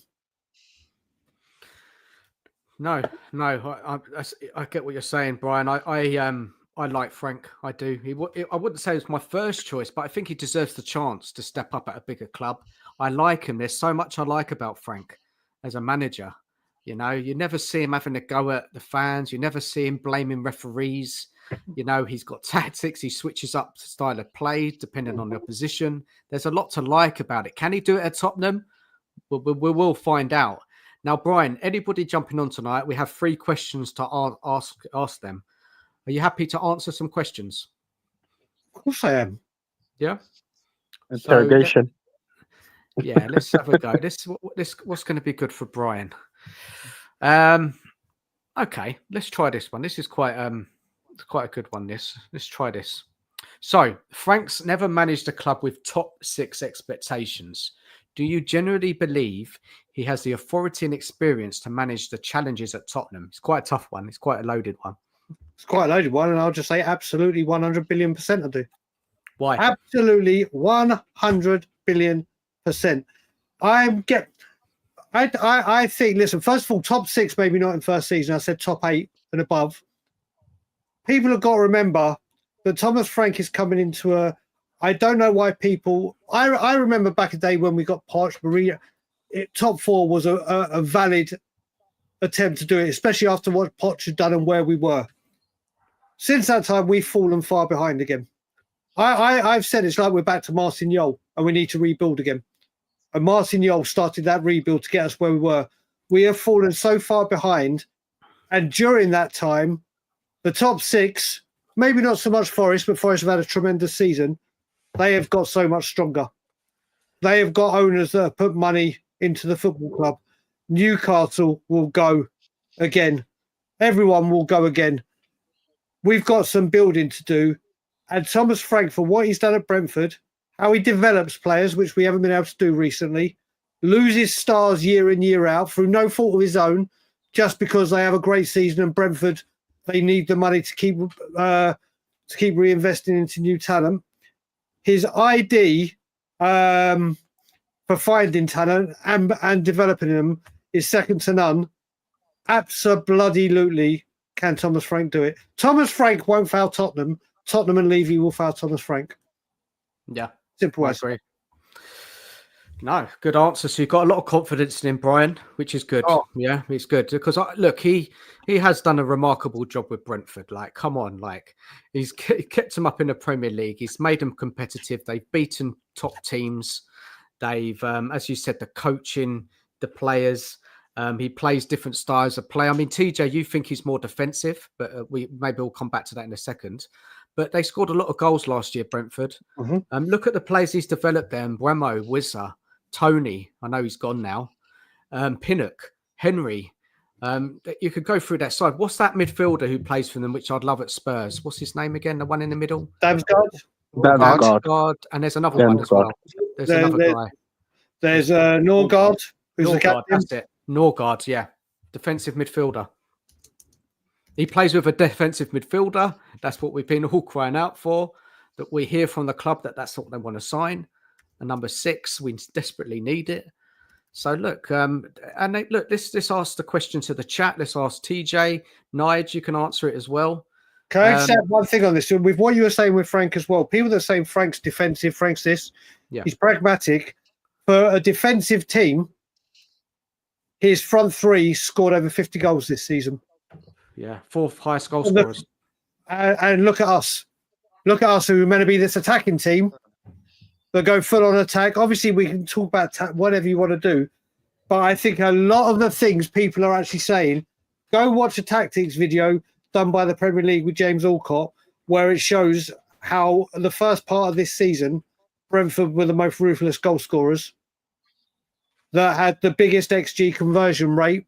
Not I hate XG, but Brentford were the most informed team in the Premier League at home. It's a myth that what he does is Thomas Frank adapts to the team he's playing. If he needs to be defensive, he'll be defensive and try to counter-attack or try other methods. But when he doesn't, he can be ruthless. And there are so many people that think he is not attacking, where when he does attack, he is devastating. Do we have the players? Yeah, well, for him to develop, there's a host of players that will play. But there are so like if you watch it, if you go and watch and do, I've put loads of videos on our community section. One of the ways he gets it is when people are on the attack, he loves to cross early, and he always has 3 players in the box. Solanke will be in the box a hell of a lot more. We've all said Solanke thrives on service that he wasn't getting. He'll be getting it. Maddison will be playing differently. The wingers, Brennan Johnson, watch Brennan Johnson score more goals next season than he did last season because he'll be playing more central. There's going to be such a change in the way we play.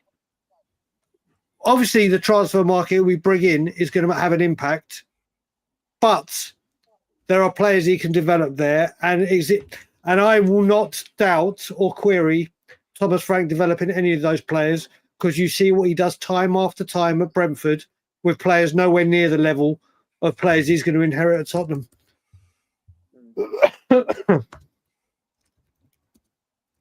Yeah, no, I agree. I can't wait to see what Frank can do with his Tottenham side. Forget any players we might sign. I think we're going to see a different Maddison. I think Solanke will get told not to come out to the ball. He will be told to be in and around the box for crosses. Yep. I can't wait to see what Frank's going to do with them. I think we are going to look so much better under this manager. I do hope so. I do hope your fate isn't the right man, because I don't know, man. I just look. I don't know. I just feel like it's a step sideways or step backwards. You know. But why, TJ? Why do you think it's sideways? For me, yeah, he wasn't the manager that I wanted. I wanted Glasner personally, but I look.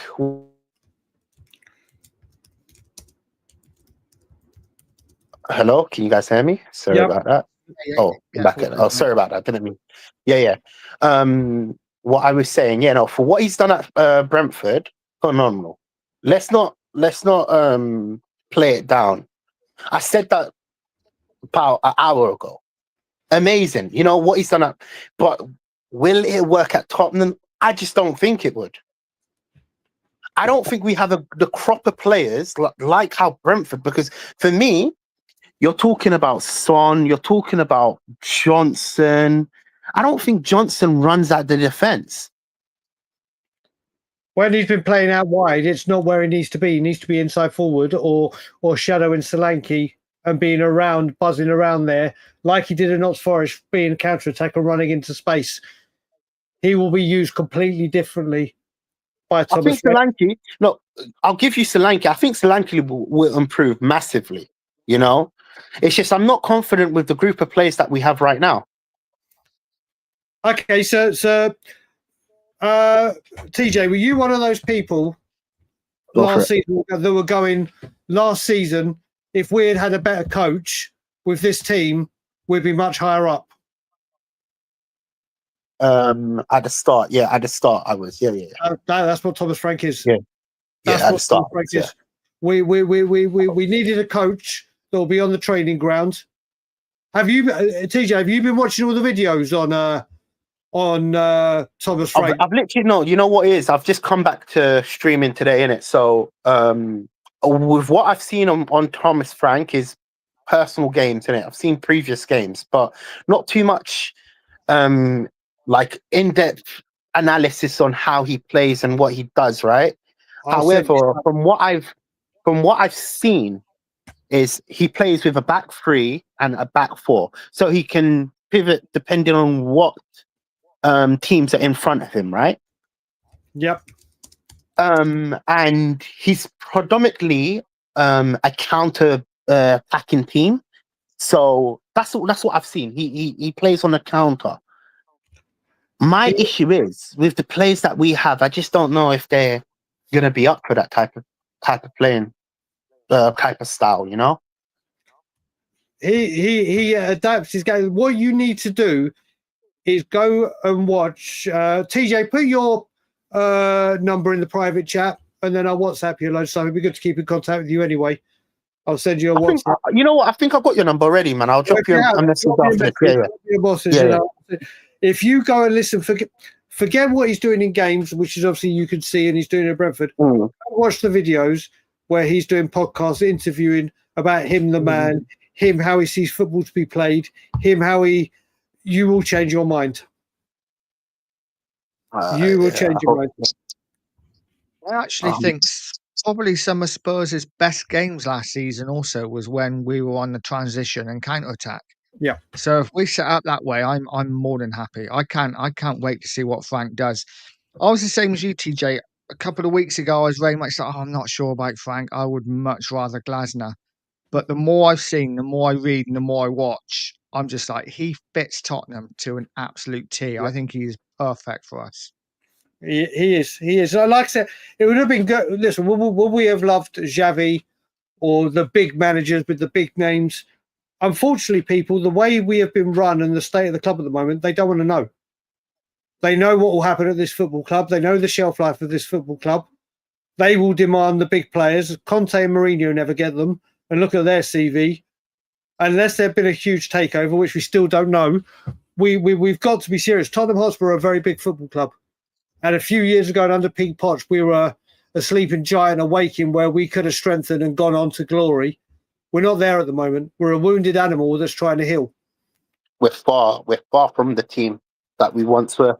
Exactly. And forget on the pitch, off the pitch, attraction-wise, yes, we've got Champions League football, but we've been a circus with managers, recruitment, injuries, and Frank utilize it, and Frank will nullify all that. And listen, I understand people weren't or still aren't maybe on board or seeing what I've been seeing or other people have been seeing, but I think he's going to surprise a lot of people.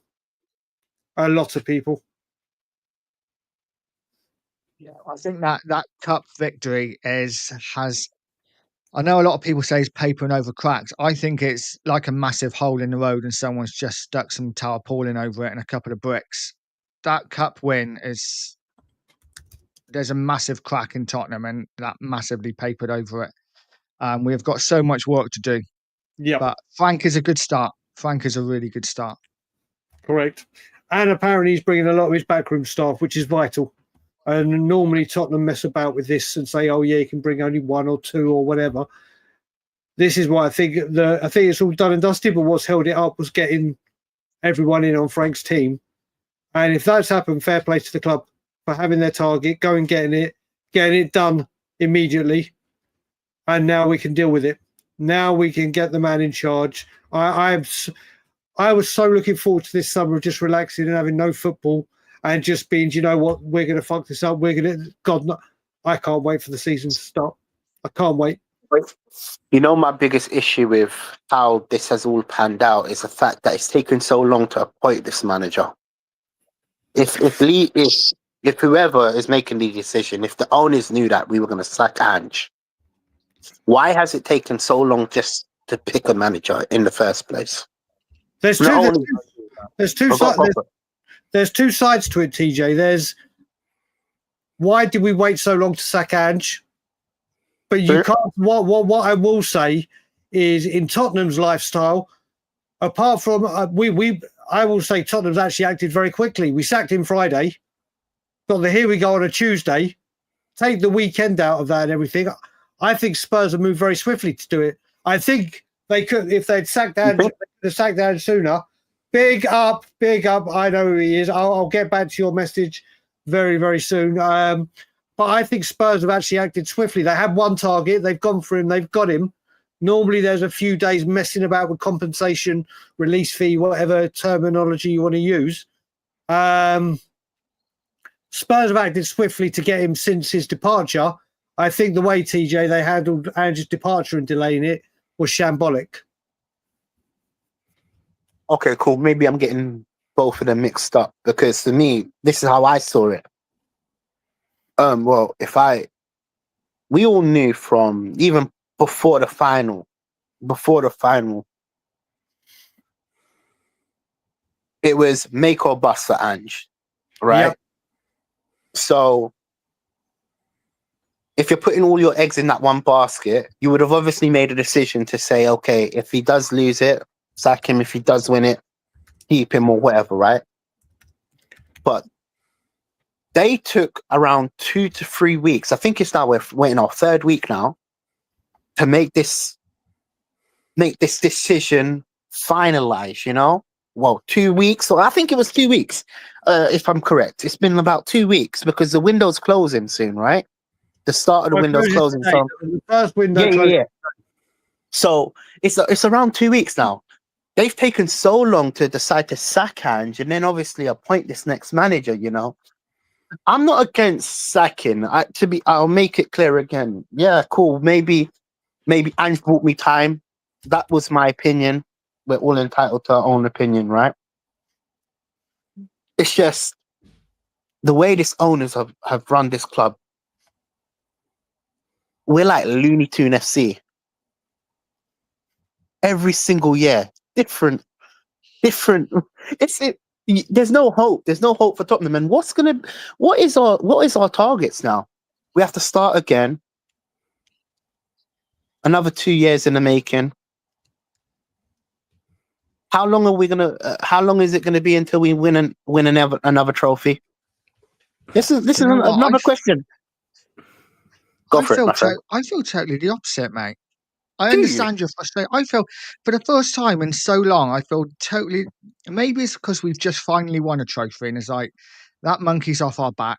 And now I go into the season fresh with a new manager, hopefully a new style of play. I'm just really looking forward to what next season might bring. And actually, with the shake up at the board as well, board level, I'm excited that maybe something might be changing out there too.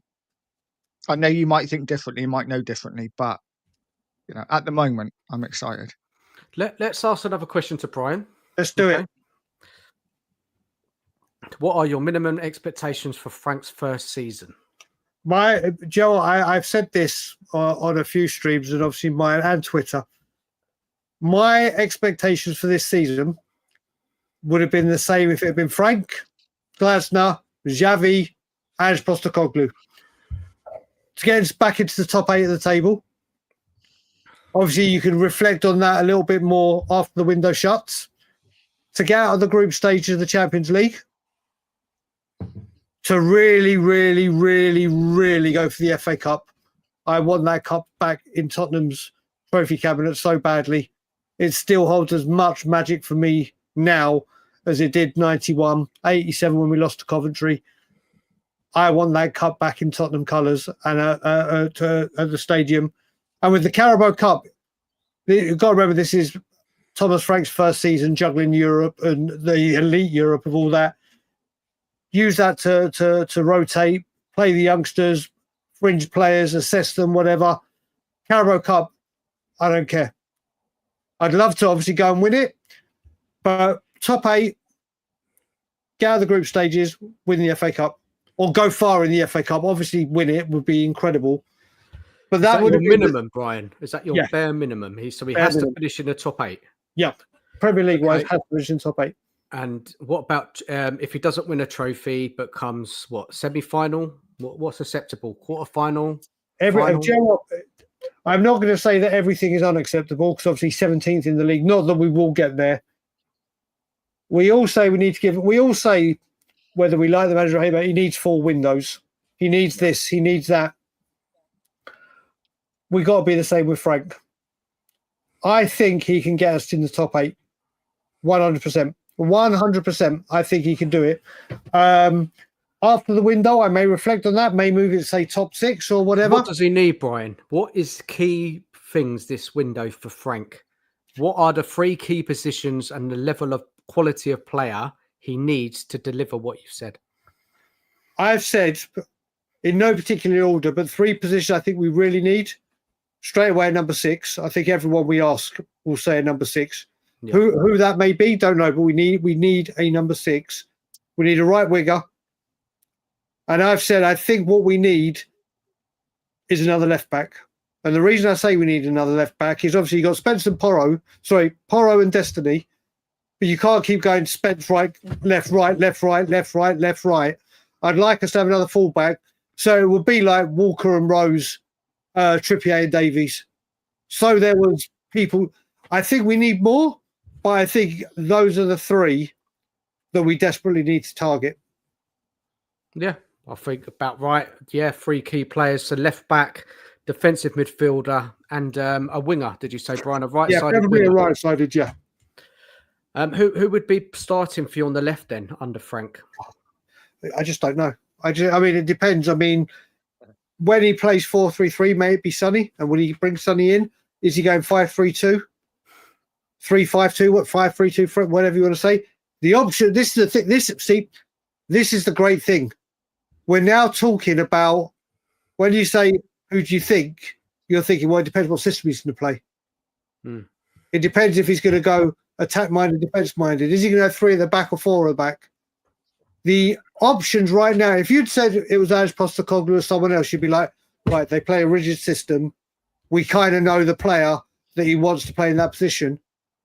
For me, it's up in the air. And I've said as well, any player he brings in, even if he brings in Tell, I'm backing him 100%. If he brings in unknown, we've said many a year that Danny Rose, we've had to Google players' names, and they've normally ended up really badly.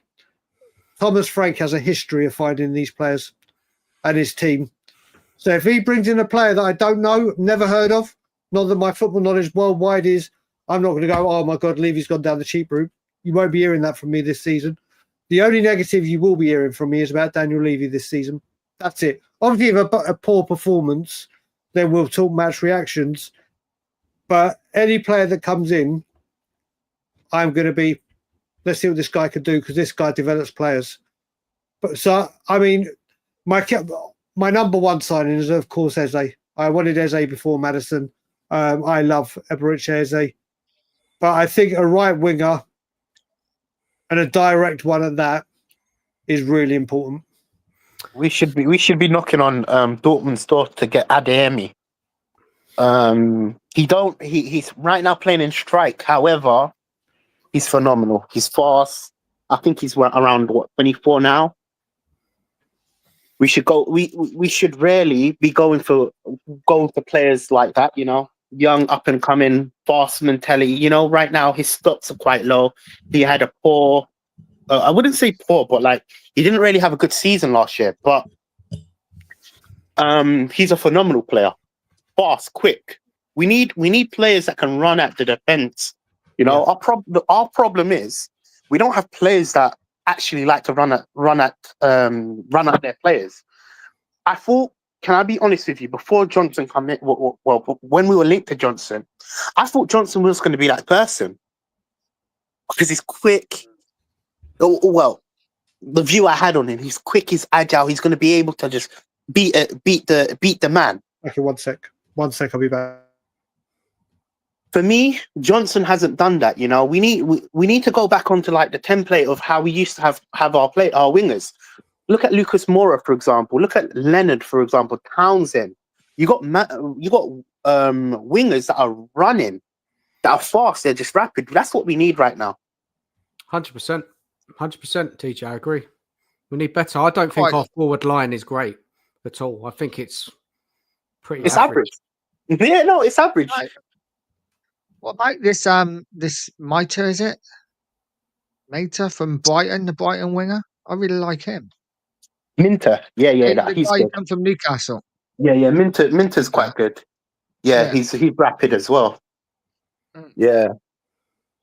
We Mbeumo, definitely would you need. take Mbeumo if he's not Oh, going to Man U? 100%.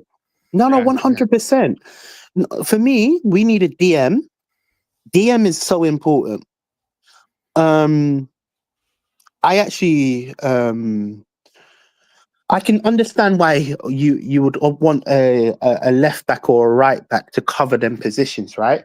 But for me, that's not necessary. The same way I say like the goalkeeper, it's not necessary because you can always improve them on a later stage. But we need a DM, we need a winger, and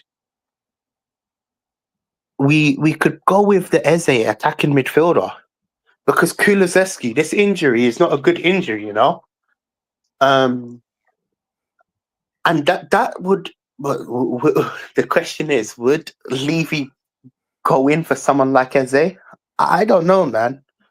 The standard is so low. But yeah, that's my 2 cents. I don't Eze think I has said to be the my. man. Sorry, Nige. Would you say? No, go on. No, I was just agreeing. Eze has to be the first signing for me. Yeah, 100%. We must try and get him. So did I answer my expectations? I can't remember now, Nige. Did I answer it? I don't think so. No. So minimum expectations for Frank. Okay, so obviously we've got to improve that league position, yeah. Right, obviously. We've got to see some progression with the side, some improvement to the team, a system that's working. You know, we're not getting beat. You know, cutting down them losses. You look, obviously we'll lose games, of course, but you know it's got to be a hell of a lot better. So a respectable league position. You know, would I want European league position? Of course, but you've got to give Frank a bit of time. And then obviously depending on the transfer window as well, if he's backed like he needs it. Obviously we're in the cups. It's FA Cup, Carabao Cup. Of course, I'd love to win it, but depends on who we draw, isn't it? In the final or the semi-final. You've got to be realistic. This is Frank's first season. You can't compare it to Ange's first season because Ange had no Europe. So it can't be a comparison like that. So it's going to be progression, seeing a system working, not getting beat so easily, and trying to push for a European league position. And I think that's the minimum expectations for me. Just seeing the kind of something that's coming together, you know, throughout the season, players improving, you know, we just haven't seen it this season. So that's Right. I haven't got massive expectations for his first season at all. I just want to see it upward trajectory. Yeah. And then we go again, another transfer window, and then I would be setting new targets. Correct. Like you look at it with Ange, you got fifth in the first season, and you thought that's a really, really respectable first season. You lose Harry Kane, and that's what you do. And all right, we can all talk about. I don't really want to talk Ange but the first 10 games obviously put him in a really good place, and he got fifth. And you're right. Okay, let's build from this. And obviously the transfer window was a bust, as it always is. And then it just completely, the wheels fell off, didn't it? We just jumped off a cliff. And that wasn't progressive. We've got to realise, the Spurs fans, don't start getting estimations. If anyone's there going, he's 1-0 and, oh my God, how's he going to get us in the top four? I don't think there's a manager on the planet that could have got us back into the top four. Because of the way we work as a football club. And it's like literally, what are you doing here? Look how big these top four teams will go this summer. Look how stable their team is. Look how much quality they have running through them. Whoever came in weren't going to get us back into the top four this season unless we had like the most remarkable season. So I think a lot of people need to. Brian, are you hearing this? Are you hearing that people expect Frank to get top four? Yep. Or say, no, I'm not hearing top four. They're going, how is Frank going to get us into the Champions League? How did he get us Champions League? They're also saying mid-table mediocrity. Well, mid-table is 8th. There's 17. You know my There's a- assessment for Frank. It- Can I just mention? Yeah. I don't really care about the first season. I care about the second season for me, innit? I'm basing it off of our previous manager. You know, I'm gonna give him 2 years. In them 2 years, he has to go through a cup run, and in my opinion, go get to a final. If he doesn't achieve that, it's a bust for me. So We're just- TJ, let me put this into perspective very quickly, because Fabrizio Go for it. Romano just now has given the here we go for 150 million euros for Liverpool to sign Verts. That's what we're What a player. competing with. What a player! They've smashed 150 euros down. What a player! That's what the big teams are doing. That's Liverpool, who are the champions, who have already gone and got what's his name from Frimpong. You look From at Shirky, and they've got the other guy. This is what we're competing against. That's how far we're. Not saying Tottenham should go spend 150 million pound on a player, but this is what we're dealing with. This is how hard busting into the top 4 has become. It's insane. When are we gonna have the ambition like all these top clubs? When Levy Because- goes. Yeah, we all know that, innit? Like even me, when Levy goes, 110%. But surely it should click on in his head, like everybody's moving past us. Everybody's moving past us every single year. Everybody's getting better, and we're just getting worse. The signs are, like I said earlier, when you look at Pochettino's squad and you look at this current squad right now, we can't even say one player walks in. When I say squad, I mean the first 11. Let me correct myself before people start nitpicking on words I say. We can't even say one person walks into Pochettino's squad. That just proves of how bad this squad is currently. Tottenham.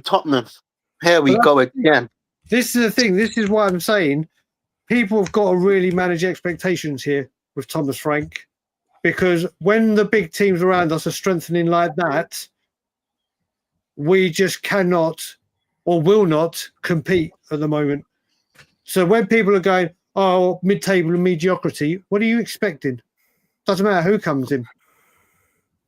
This is another big thing, John the Fisherman. This is another, he wants to be there.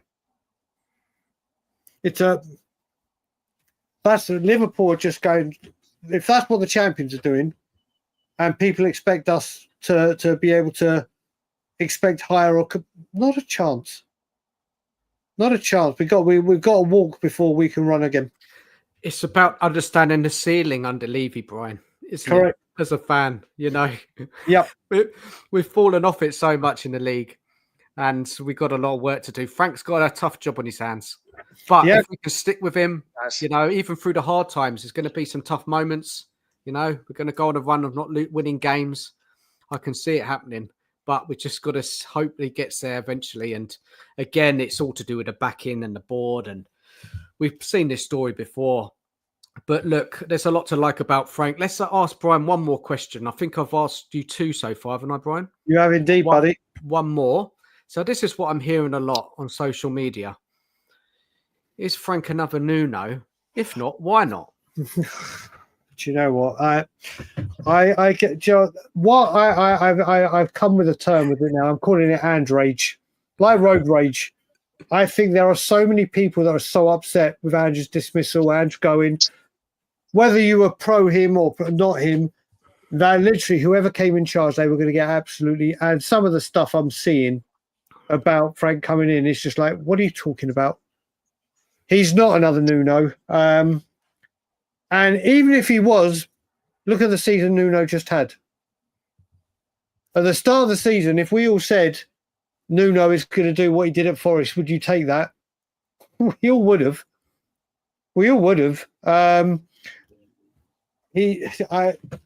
I don't understand. People said we want a coach. We get a coach. Oh, not that one. Oh, we need to play different formations. We need to be fresh and have new ideas. We get someone that does that. Yeah, not this one. We get someone that the thing I love what people are doing as well is saying, well, what's he won? The two things I've been said is, what has he won? And I'm like, well, when Spurs won the Europa League, we were favourites to win it. Doesn't mean you have a divine right to win it, but we were destined to go far in the competition. How many people turn around at the start of the season and go, who do you think is going to win the league, the Carabao Cup and the FA Cup? And people turn around going, oh, yeah, Brentford. I think Brentford are going to win the FA Cup. Not a single goddamn person. Not a single one of them. I just, honestly, I don't... Some of the things I'm seeing and hearing, it just mystifies me. I think there is a unwritten rule in the world that if all Spurs fans agree, we all die. Yeah. We're all wiped out. Goodbye. See you later. Every single... If we all go, yes, really happy with this managerial appointment, and everyone turn around and say that, we all cease to exist. I just don't understand where people are getting. You know what it is? Can I? Because for me, I'm one of the people that are. Look, I don't like I said before. Sack him. I was Ange out. Sack him if you want to sack him, but get better than him. For me, it feels like a sideways step. In my opinion, we're not improving. In fact, it's not a sideways step; it's a backward step. This is how I see it. Why I say it's a backward step? Why do you think it's a backward step? Oh, I'll give you my honest view. Ange got us top 5 first season, and in the second season, won us a major honor. In fact, like I said, was my first major honor. I don't really class 2008 as the major honor because for me, I was too young, right? But he managed to do the unthinkable that a lot of people thought Tottenham couldn't do. He broke the hoodoo. He broke Spursy, 17 years without a trophy. It's a massive thing. Okay, cool. Understandable that 22 losses in the season is terrible. Yeah, I know, 110%. I'm a Tottenham fan as well. Watching my team every single game, and I watched every single Premier League game. Every single Premier League game. Terrible. I'm not sugarcoating that fact. But I kind of understood his circumstance. He had injuries throughout the season. Yeah, he could improve. However, he also said he decided to throw away the Premier League and go straight for the cup, right? Cool, whatever. Now, you got Frank. And I'm not undermining what he's done at Brentford. I think Frank has done an amazing job for Brentford. For the likes of Brentford, yes, 100%. He's taken them from the Championship and he's made them an established side. Which, honestly, the way he plays, brilliant. But what Ange has done is more bigger than what Frank has done, in my opinion. And see, this is my issue now. This is just the issue I have. If you were gonna sack Ange, the person to bring in was Glasner, because Glasner has won the Europa League. Not only just the Europa League, he's won the FA Cup recently. For me, that was more of a like-for-like change in the right direction. That's why I see it as a step going backwards. But that's just my opinion. Do you think Glasner turned the job down, though? He may have turned it down. He might have thought, I don't fancy working under Levy. I don't know. If he turned it down, fair enough, innit? You can't argue with that, right? Frank, Glasner versus Frank. I know out of all the managers, Frank, Silva, and who else was it? There was another one. There was one more. Bournemouth. What's his name again? Amarim. Yeah, out of all the managers. Out of all the managers, I would take Frank. Yeah, 100%. I'm putting my hands up. I would take Frank if it was the case of Silva and all of them other managers. 110%. However, I wanted Glasner. But yeah, that's my 2 pence. Frank. like I said, I've wanted him for 2 years. I am so happy. Do you know what I am looking forward to? I'm looking forward to people. TJ, I'll send you the videos when you watch me. I cannot wait for his first press conference as Spurs manager, like Jose Mourinho did when he said, "I go to bed in the pajamas," or Nuno said, "I'm proud," or whatever. I think when people actually, I think for a lot of Spurs fans, and this isn't me taking a pot shot, though, I think the first bit of Frank content they'll listen to us in an in-depth interview will be his unveiling as Spurs manager, because it is him talking about Spurs. Once you hear him talk, he is going to turn heads. Once you see his tactics take effect, he's going to turn heads. I think by Christmas, there will be, oh my God, we are so lucky to have him. It's an option. It's an option, Captain Hook. It is an option. There's so many options open now. The great thing as well with VDV, we bring in a number 6. Van de Ven isn't going to need to make a million blooming last-ditch runs. He's going to have some protection. He can control the sprints he does. It's going to keep him fresher. Yeah, he's not going to do a lot of runs. That's true. It's going to eliminate the strain on his hamstrings. There are so many. Obviously, if he plays left wing back at times, like Vertonghen did in that Dortmund game, then that might be an issue in certain games. But oh my, I can't. Honestly, TJ, we'll speak around Christmas again. Yeah, no. Like I said, I'm a man of my word. I had to do an apology video for Ange. In fact, the first season, I wanted Ange gone, and he managed to win us a trophy. It's on Haz's channel. I had to eat a chili on camera to say, I'm sorry, Ange. I'm sorry, Ange. I doubted you. This is my apology video. And now you're an Ange fan, TJ. And now you're an Ange fan. And now I'm an Ange fan. Now, look, I'll be honest with you. I'd rather be wrong than right. I'm saying this on live right here. I'd rather be wrong than right, because at least then I know that, I'm deluded. They know what they're doing, But when I'm right, that's what hurts.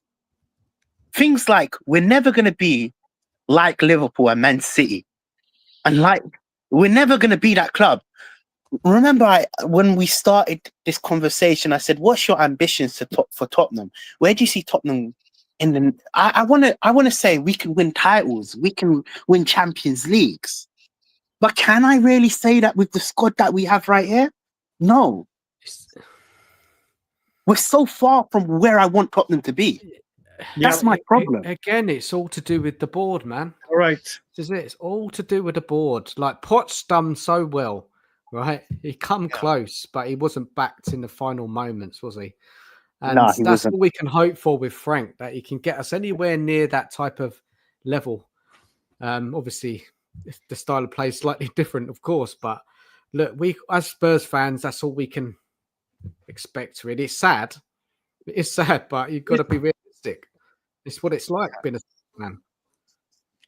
And nothing will change until hopefully this new investment or new ownership along the line actually does come through. Sorry, my sleep is all over the shop at the moment. I'm a Frankaholic, John. Frankaholic is I've been the alcoholic. I've been many holics or addicts. I've gone full on Frankaholic. I'm going to check myself into rehab. I've got withdrawal. Honestly, with Frank is going to do. He will do the bit. I just can't wait. I've been on a kibosh, as you two know, Nige and Dan, from going on streams because I was just disgusted by what was going on. I'm now going to start coming back and doing a few more and ramping Tottenham Tour up. I've just got... Brian, tell people about your new show. Oh, tomorrow we've got me and Eugene, who is not so much envious of or happy with this, but he's another one. He started watching stuff. He's coming around to things. We're going to be doing a show monthly. Obviously, we're going to do a show tomorrow with his announcement. It's going to be called To Frank or Not to Frank. And we're going to have a discussion every single month, reviewing the month gone by. From all things, from how he has been in the media and press conferences to tactics to transfer, all things Frank-centric. And every month we're going to have new guests on. But it's going to be done more along Canadian time of 6 p.m. my time, which will be 11 p.m. your guys' time. But obviously, you'll be able to watch it back. But there'll be a lot of Thomas Frank. Tottenham on tour and be back with a lot more content. Back once again, we'll have the Renegade Master, P4 Power. We're going to be back. And do you know what, guys? I'm so happy this whole Ange thing's done now. Yeah, I'm so relieved that we know what's going on and it will slowly disappear. But we can just get behind our new manager. Everybody's kind of on the same page. I mean, obviously, people have got different expectations. People might not like him that much. But at the end of the day, we'll all get behind the team at the beginning of the season and we go again. No more silly Ange debates. Ange in, Ange out, shake it all about. It's done. It's so bad. Yeah, that was so difficult this season. That Ange talk was just driving you up the wall, wherever you sat on the fence. Nice. It's something new to look forward to, isn't it? Yeah. It's just something fresh, something new. Like Brian, I can't wait. I can't wait to get started. I wish Spurs were playing tomorrow. Yeah. I want to watch them under Frank, see what we can do. New kit, new players, new manager. Bring it on. Wait, the way I would say this is the most excited I have been for a Premier League appointment in our history, like from what I can remember. Conte, I was really excited, but I was excited mainly because I knew if things went south, he'll take Levy down and he won't go down without calling the board out. We needed someone to stand up to the board. Same with Jose. For an appointment to come and work on the field against Spurs where he wants to be, I am more excited for this than a host of managers, and I include Poch in that. I am people see me normally as oh my God, he's ranting about Levy again and he's always negative. Some people agree with me and don't think it's negative, it's realist. They're going to think, what have you done with Brian Daigle? Because he is super duper positive right now. And I am. You're in front of the train, Brian, aren't you? Are you driving that train? Driving the train, mate. I am the conductor. I am his basically, I am going to be what Sim was to Ange Postecoglou. I am going to be to Thomas Frank. You need to get through me to get to him. I'm going to get Thomas Frank pom-poms. I'll start becoming a Thomas Frank cheerleader. I am buzzing. Oh, well, guys, we're going to wrap up shortly. Nige, did you have any questions for the panel and the chat? Anything you wanted to ask anyone? I didn't actually. No, I'm just super excited about the coming season. So I'm looking forward to doing streams again. I'm looking forward to the transfer window. I'm hopeful, and I say it every year, that we actually sign some really decent players. Eze, please sort it out this year. It's been 2 or 3 years in the making. Let's finally get it over the line. And yeah, big up to the chat. Thank you so much for joining in. Big up to Brian and big up to Into Spurs as well. So I forgot your name then, mate. My mind's gone blank. TJ. Yeah. It's all good, my friend. It's all good. Look, guys, I mean, regarding content-wise, I'm not the sort of guy to come on and just do videos over nothing, because, there's all these transfer rumours and I know it's about being on there, but, I mean, unless there's something real, like we're close to signing or the medical booked or fee agreed, I'm not into the whole rumours thing. I'm like this. Nige may be a bit different, I'm not sure, but unless there's some kind of big story, big news, something worth talking about, I'm not going to be coming on every week, especially doing a live. I might do a little upload or a little video, but I just don't think there's enough to talk about right now. Nige, what do you think? Similar. I'm a bit different. I love all the transfer rumours, but yeah, not worth doing a live for it, but certainly be putting out shorts and stuff like that. Keep people entertained, hopefully. Yeah, like anything solid, anything worth talking about, possibly. But I mean, look, I'm looking forward to the break, the summer. Just try not to think about it for a bit. Obviously, look forward to next season, but yeah, it'll be nice to have enjoy time with family and things like that, and have a bit of a break because that season's going to come along quick, and we're all back into it, Guys, big up to everyone in the chat. Thank you for getting involved throughout the night. Big up to DJ to jumping on, man. Much appreciated. Good to all have good, you on, man. It was good. You came on with different opinions and we had a good old chat. Brian, thank you also for coming on. Pleasure, buddy. And we look forward to watching you back on Tottenham on tour regularly.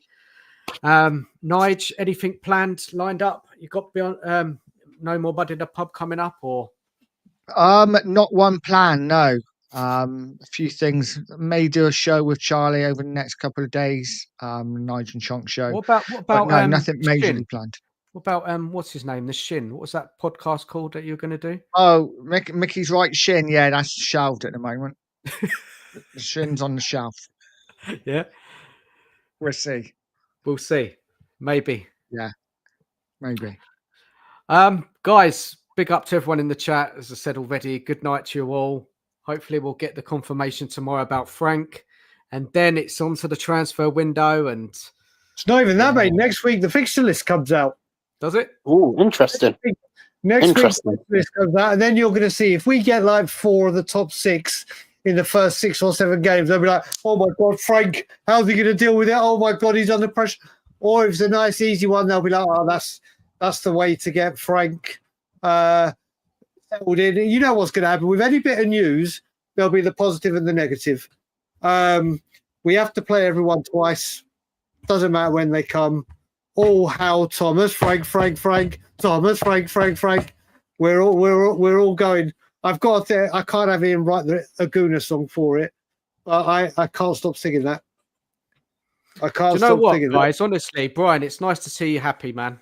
that. Honestly. Oh mate, Yeah, and Nige and TJ. I know TJ, you're a bit more, you're not so happy, man. But No, you know what? Look, can I be honest with you? Regardless of what happens, I've learned that Spurs is more than anything in my life. It's not going to put me down, man. I'm a grumpy old character. I've always been like that. Until Tottenham changes, I'm always going to have this point of view that we're nowhere near where we should be.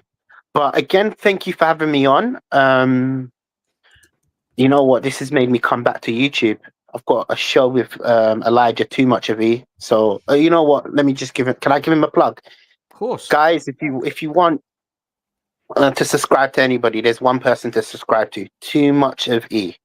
He's up and coming. He is one of the funniest YouTubers on this space. Elijah, big him up in it. I've got a stream with him tomorrow. Big up Has, and yeah.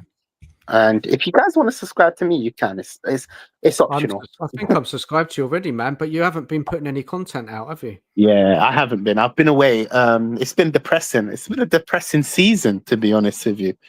And I just don't like streaming. I get frustrated. But other than that, yeah. England play tonight. They lost. Yeah, 3-0 to 3-1. Oh yeah, 3-1. Wow. For Senegal. Yeah. Oh my goodness. It was a friendly anyway, and I feel like, from what I was told, a lot of the first teamers didn't start. Probably. Okay, guys, let's wrap it up. Big up to everyone. Hope you enjoy your summer. Take care of yourselves. Please subscribe to Nige. Please subscribe to TJ and Brian if you haven't already. And as always, come on, you Spurs. Leave you out. Come on, you Spurs, and leave you out. So that's 110%. Leave you out.